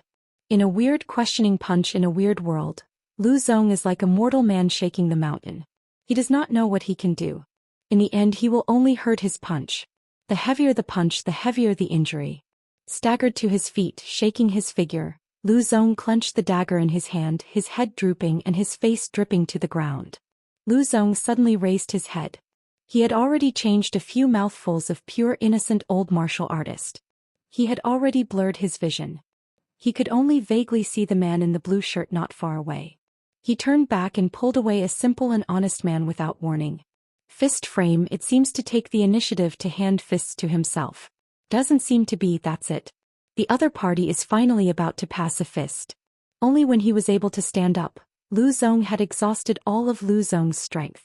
It was just such a simple action, but it was tantamount to a fight between Lu Zong and the masters of the same generation when he was at the peak of his spirit in his hometown. Fight for life. The old man's figure is floating around, only the arm holding the knife is still tight, closed his eyes, trying to force a breath of pure innocence, to no avail. Can't be done, the world is full of fists. Let the old man, there is a sense of insignificance that day may fly, Sumeru mustard, how small I am. And I only felt that after the opponent handed this punch he would definitely fall. Just a moment, even this bit of distraction which was as fast as a white horse, was drowned by the tide of fists that enveloped the world. Between life and death. Lu Zong suddenly raised his head, his face gritted his teeth, his arms trembled. And with the help of a stature shaking he turned around in place and handed a knife indiscriminately at the green shirt. The figure is slow, the shot is soft, and a Chaozi dagger in his hand can't even afford the slightest brilliance. But for this knife, Lao Tzu is Lu Zong, who is the first person to use the sword technique of the lotus root and must be handed out. After a while, or maybe a long time later, Lu Zong, who was confused, was slightly awake. The old man suddenly noticed that he had a hand on his shoulder, and he heard the man laugh softly. Good punch. Xiao Longqiu, the dragon beard immortal from the last sect, has returned to Middle-earth. At the same time, the mountain lord Lin Huizhi and the ruler Qingqiu have also disappeared. Fortunately, the young female crown on the side of Zushan Rui's pointed hut has also left Zilongqiu with Yujian. She just asked Linghu Bananayu to help guard the hut. Now that he has arrived at Xindu Mountain, the fairy of Taishishan who is guarding the road across the continent for his two children is indeed a rare visit to Tongyi's house, so he left Mishua Peak and went out alone to explore the mountains and rivers. Jing Yuqian and Tan Yingzhou go to Luobaotan every day to listen to Mr. Xiaomo's teaching of Taoism and help make wine together. A mansion in Mi Xiefeng Huang Yiyun, whose injuries were almost healed, went out to enjoy the snow today. She walked all the way and near a pavilion she saw Qiu Du and the girl Hu Chuling making a snowman over there. Yi Yunyun learned from the old woman that the disciple Xue Huai and Pei Qian were at the flower sweeping table, and they had another discussion which seemed to have benefited a lot. In Dali, capital city of Aquarius Island, a scholar took the book boy Cui Ci to visit the Temple of Fire, and found the Aunt Feng under the flower shed. Aunt Feng saw the Confucian scholar from the Lizhu cave and said with a smile, "Walking against the wind, Lingrenchen also." Li Shixing made a salute, and Aunt Feng's figure instantly disappeared from the side of the flower shed and the stone, standing beside the stone table without the gift. After Li Shixing got up, Aunt Feng took out 2 pots of wine and continued, "Although this is not a good thing, there are still people who are waiting." The book boy Cui Ci didn't know the identity of the woman in front of him, let alone what she was selling. The young man only knew her 2 sentences, which were first written by Yujing's 3rd head teacher Lu Chen. Li Shixing smiled and said, "What does the road say? There are yellow leaves in one place." In the territory of the Xianxia dynasty in the southern part of Aquarius Island, there is a high peak of a lofty mountain. 2 people stopped here to look around. A young man in sackcloth sandals, a strong figure and a dull look, was followed by an extremely handsome young man, wearing a purple jade crown and a white jade belt on his waist. The teenager was Wu Tijing, the sword repairman who left Jingyang Mountain. He glanced at the man who crouched down and chewed on a piece of licorice and said, "Hu Feng, I think this place is good." Within a few hundred li the aura is actually thin, but it is a bit better than the land with beautiful mountains and clear waters in the eyes of ordinary folks. Nowadays, Aquarius Island is full of mountain forces that are busy fighting for territory. Cut off a piece here and delineate a piece there. Otherwise, the dynasty and vassal who have successfully restored the country will dispatch the Qintianjian Earthmaster to help the people in their own country. The fairy mansion on the mountain is looking for a new site, and there are several hilltops where the two have been photographed before, even if there are people. Rarely there are still monks, and they are the first to board. It was not easy for them to find such a hill that they could barely make do. The man named Hu Feng chewed the licorice and nodded. "I'll choose here." Because the two planned to establish a faction in the mountains. In fact, there are only two people, Hu Feng and Wu Tijing. But neither side thinks this is a big deal. The two of them traveled long distances and then met together, but they soon became friends and there was no reason to say. In fact, the two sides have completely different temperaments. One is big-hearted and can be described as self-confident and conceited. Anyway, Wu Tijing, I should be born as a swordsman in the upper 5 realms sooner or later. One is broad-minded, Hu Feng has a gentle temperament, and usually speaks slowly. The only similarity is probably that both sides are sword repairers. Wu Tijing's eyebrows are flying, confident, as if he has the kind of confidence in the mother's womb. He smiled and said, "Hu Feng, our school, you come to be the head, and by the way the money I will only be the ruler. Patriarch is good, anyway you will definitely become the sect of Kendo at the head of the sect. By then you will be the sect master. Well, it's almost the same as that of Luopashenshin Pingon. A man in his early 40s, a sword repairman in the Longmen realm. One is less than 20 years old, sword repair in the Golden Core realm. Adding up the ages there is no one, but they have to start to create a sect and think about the future sect. If you only talk about fairy money, in fact if you add them together, you don't even have a grain of money. Master? Our school, it is estimated that for a long period of time, there will be only 2 of us. Who else can you control besides me? Hu Feng said slowly, it's incomparable with him. Besides, there is nothing comparable. Each walks its own way, each has its own way of living. Wu Tijing said, Hu Feng, your habit of vain and self-defeating, change it in the future and learn more from me. Hu Feng said, your arrogant self-esteem is also a stinking problem. If you don't converge a little bit, you will suffer a lot in the future. Wu Tijing, a young man who would really give people a feeling of madness, laughed out loud. That's why he fell in love with Hu Feng. It's not like in Jingyang Mountain. Every time I go out, I don't have flattering sights, just some old sword repairs and say some words of approval with a pleased face. Anyway, I am self-satisfied, so I don't understand it. How does Wu Tijing practice swords? Does it have anything to do with you? Wu Tijing hesitated, squatted down and asked, you and that guy are from the same hometown and you are the same age, so are you familiar with them? Hu Feng turned his head and glanced at Wu Tijing, smiled as if saying something. It is really rare that Wu Tijing would be so interested in someone. Wu Tijing twitched. I am arrogant, but I am not a fool. I can't beat not only Qin Pingyang but also Lu Xianying. Hu Feng did not rush to help him add 3 words. Temporary. Wu Tijing smiled and said, otherwise. Hu Feng's ancestral home is on Erling Lane, not far from the ancestral home of Yuan's family in the Shangzhou Kingdom of Daily. When I was young, I followed my grandfather and walked the streets and alleys together, repairing bowls, sharpening knives and the like. Grandpa knows the old customs well in his hometown. He often helps with happy events. He can also earn some money to supplement the family. In addition, his grandpa opened a shop selling Spring Festival couplets, window papers and other odds and ends. Hu Feng actually lived when he was a child. It's not too poor. It's just that his grandfather's surname is Chai, but his surname is Hu. Neighbors in the neighborhood say his grandfather is a patriarch, so Hu Feng got a lot of blindfolds when he was young. Hu Feng knew it for the first time when it was necessary to seal the grave head inscription. The shop's business is deserted. It's only a few minutes during the new year. Usually it's not always open every day. There is only a sissy kiln worker who frequents the business, and occasionally there will be a black and thin little girl who will drag oil bottles. Staying next to the man who likes to turn orchid fingers, did not speak. Hu Feng's only impression of her was that his eyes were very big and her face was very small. Being a sissy man of an uncle, he likes to call her Rouge. In fact, this kiln worker doesn't have a lot of money in his pocket. It's only his grandfather who doesn't dislike him for being a man, and is willing to chat with him a few more words. Even if the sissy doesn't buy things, she doesn't drive people. The little girl would sit on the threshold and she was so hungry that she called her uncle and went home together. Grandpa left when Hu Feng was a teenager. Hu Feng didn't sell his ancestral house. At that time it seemed to change the sky, and everything became different. Like the people in the small town, Hu Feng hunted for treasures, turned boxes and cabinets, bottles and cans at home, but everything that looked like an old thing must be taken out to see if he could sell it. Hu Feng was from Longshu River at the time. Inside, I picked up a bunch of beautiful stones. There were people asking prices on Fulu Street and Taoya Alley.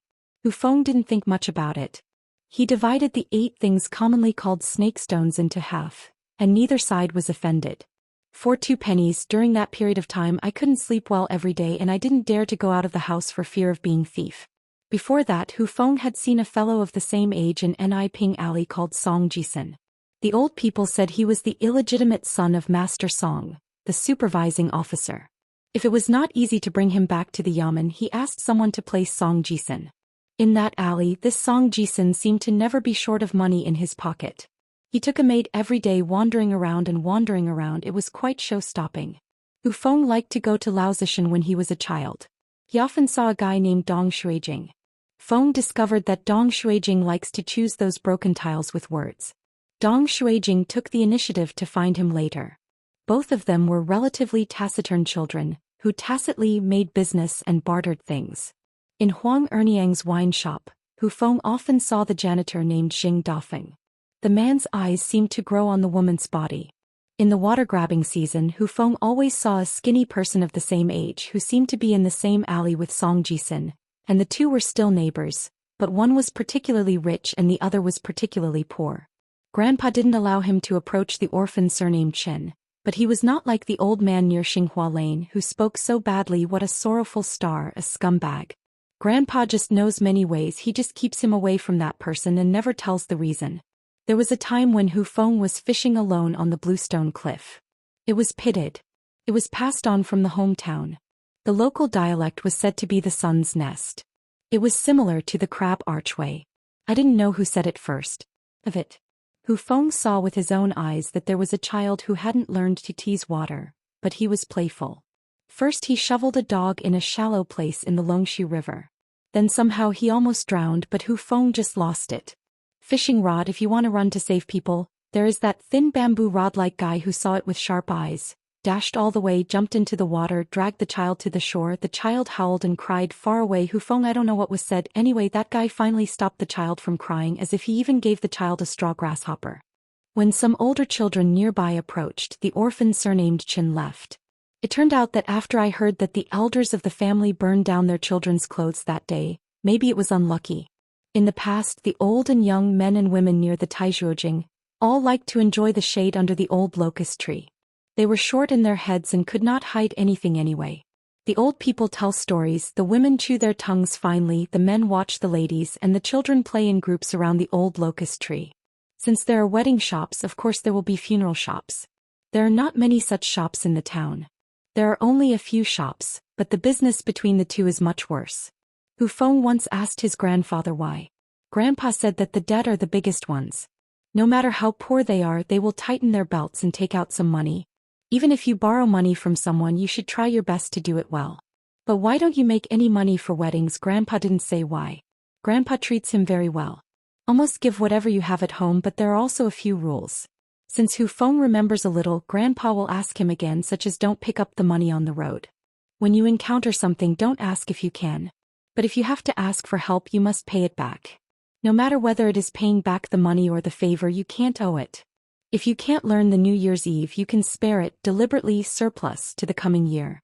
But there is a kind of happy money Hu Feng can ask for it, and he must go just whose family gets married and the bride gets married. Someone will block the way. Hu Feng will follow, receive a red envelope, and then in his heart silently said a few old sayings that Grandpa gave him.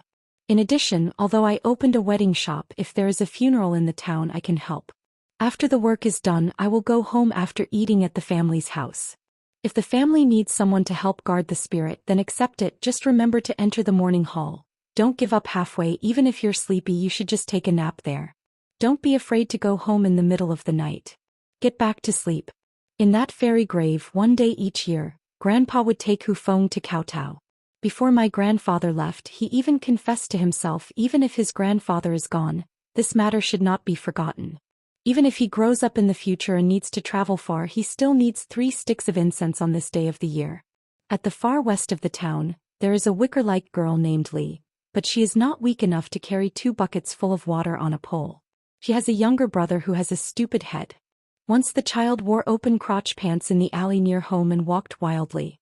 The child twisted his fingers on a cicada that he didn't know where he had picked it from or was plucked from a tree. Lifting it was golden, under the sun it was shining and it looked different and it was much bigger than the common jihua in small towns, so Hu Feng looked at it a few more times. Yomo felt that the show was successful and the child wearing open crotch pants deliberately slowed down, shaking his head, while twisting his wrist, shook the cicada vigorously. Hu Feng was sitting on a bench in the doorway of a family in the alley, helping to sharpen a kitchen knife. Grinding a kitchen knife can earn 3 to 5 coins and he can bargain anyway. The woman in the distance stood at the door of her house. Her hands on hips opened her voice, shouting loudly, calling her son to go home for dinner. Hu Feng casually asked the child named Huizi if he could buy the zili Huxiao with 3 cents. It's okay for Hu Feng not to speak. When he opened his mouth, the child became a little scared. He immediately moved to the root of the wall and trot all the way against the wall. Hu Feng didn't take it seriously and he was a little grateful that the kid didn't take it seriously, otherwise the 3 pennies and what the picture was, so he focused his attention and continued to lower his head and sharpen the knife. Never thought that the child would tiptoe back, put the golden cicada on the bench and ran away. When Hu Feng wanted to stop him, the child ran away and lifted his pants at the same time. After a turn he ran out of sight. Hu Feng couldn't laugh or cry. After a moment, by the corner wall, he stuck his head out and hid far away before he dared to grin at Hu Feng. Hu Feng took out the copper coin and the child shook his head vigorously. At that time Hu Feng didn't know what this roadside encounter really meant and how much impact it would have on his future life. I used to think that year after year, carrying the ancestral wooden box full of guys walking around the streets carrying whetstones or helping people to repair pots and pots. In addition, the 2 grindstones in the family were the legendary dragon-cutting stones by accident at a fairy family ferry crossing after Hu Feng left his hometown. Through a book dedicated to the great treasures on the mountain, he learned that they were actually the legendary dragon-cutting stones. I gave Wu Tijing a piece and it was a slightly larger piece. Hu Feng didn't have any friends in the small town. Since he was away from home, he sincerely became friends with Wu Tijing, and the other party's sword training aptitude was much better than himself, so there was no need to be stingy. Wu Tijing asked curiously, "What do you want?" "I want to be so absorbed."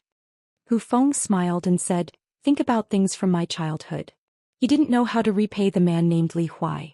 Because that golden cicada shed, it was a cave sky filled with sword aura. Wu Tijing said, "Your hometown is really speechless." Hu Feng said, "In fact it's okay. Knowing everything is the same as knowing nothing." Hu Feng took out a bamboo flute and played it gently. In the moonlight, the flute sounded long and full of mountains and plains.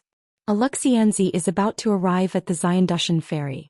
The chief consecrated Lu Zong's face was pale, but he was very energetic. He was walking unsteadily, just like drinking.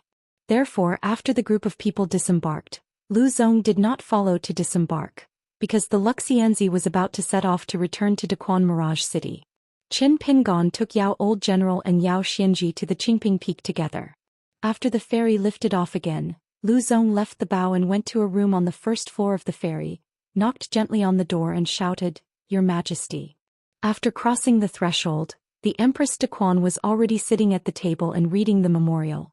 A maid in the room was standing on tiptoe, moving gently, closing the window. While climbing, Qin Pingon chatted with the old general all the way. I talked about some landscapes and stories of old people. Qin Pingon missed his hometown and Luapa Mountain a little. Probably becoming the most fascinating person in my mind is a sermon. Naturally, Qin Pingon thought of the old cook who worked hard.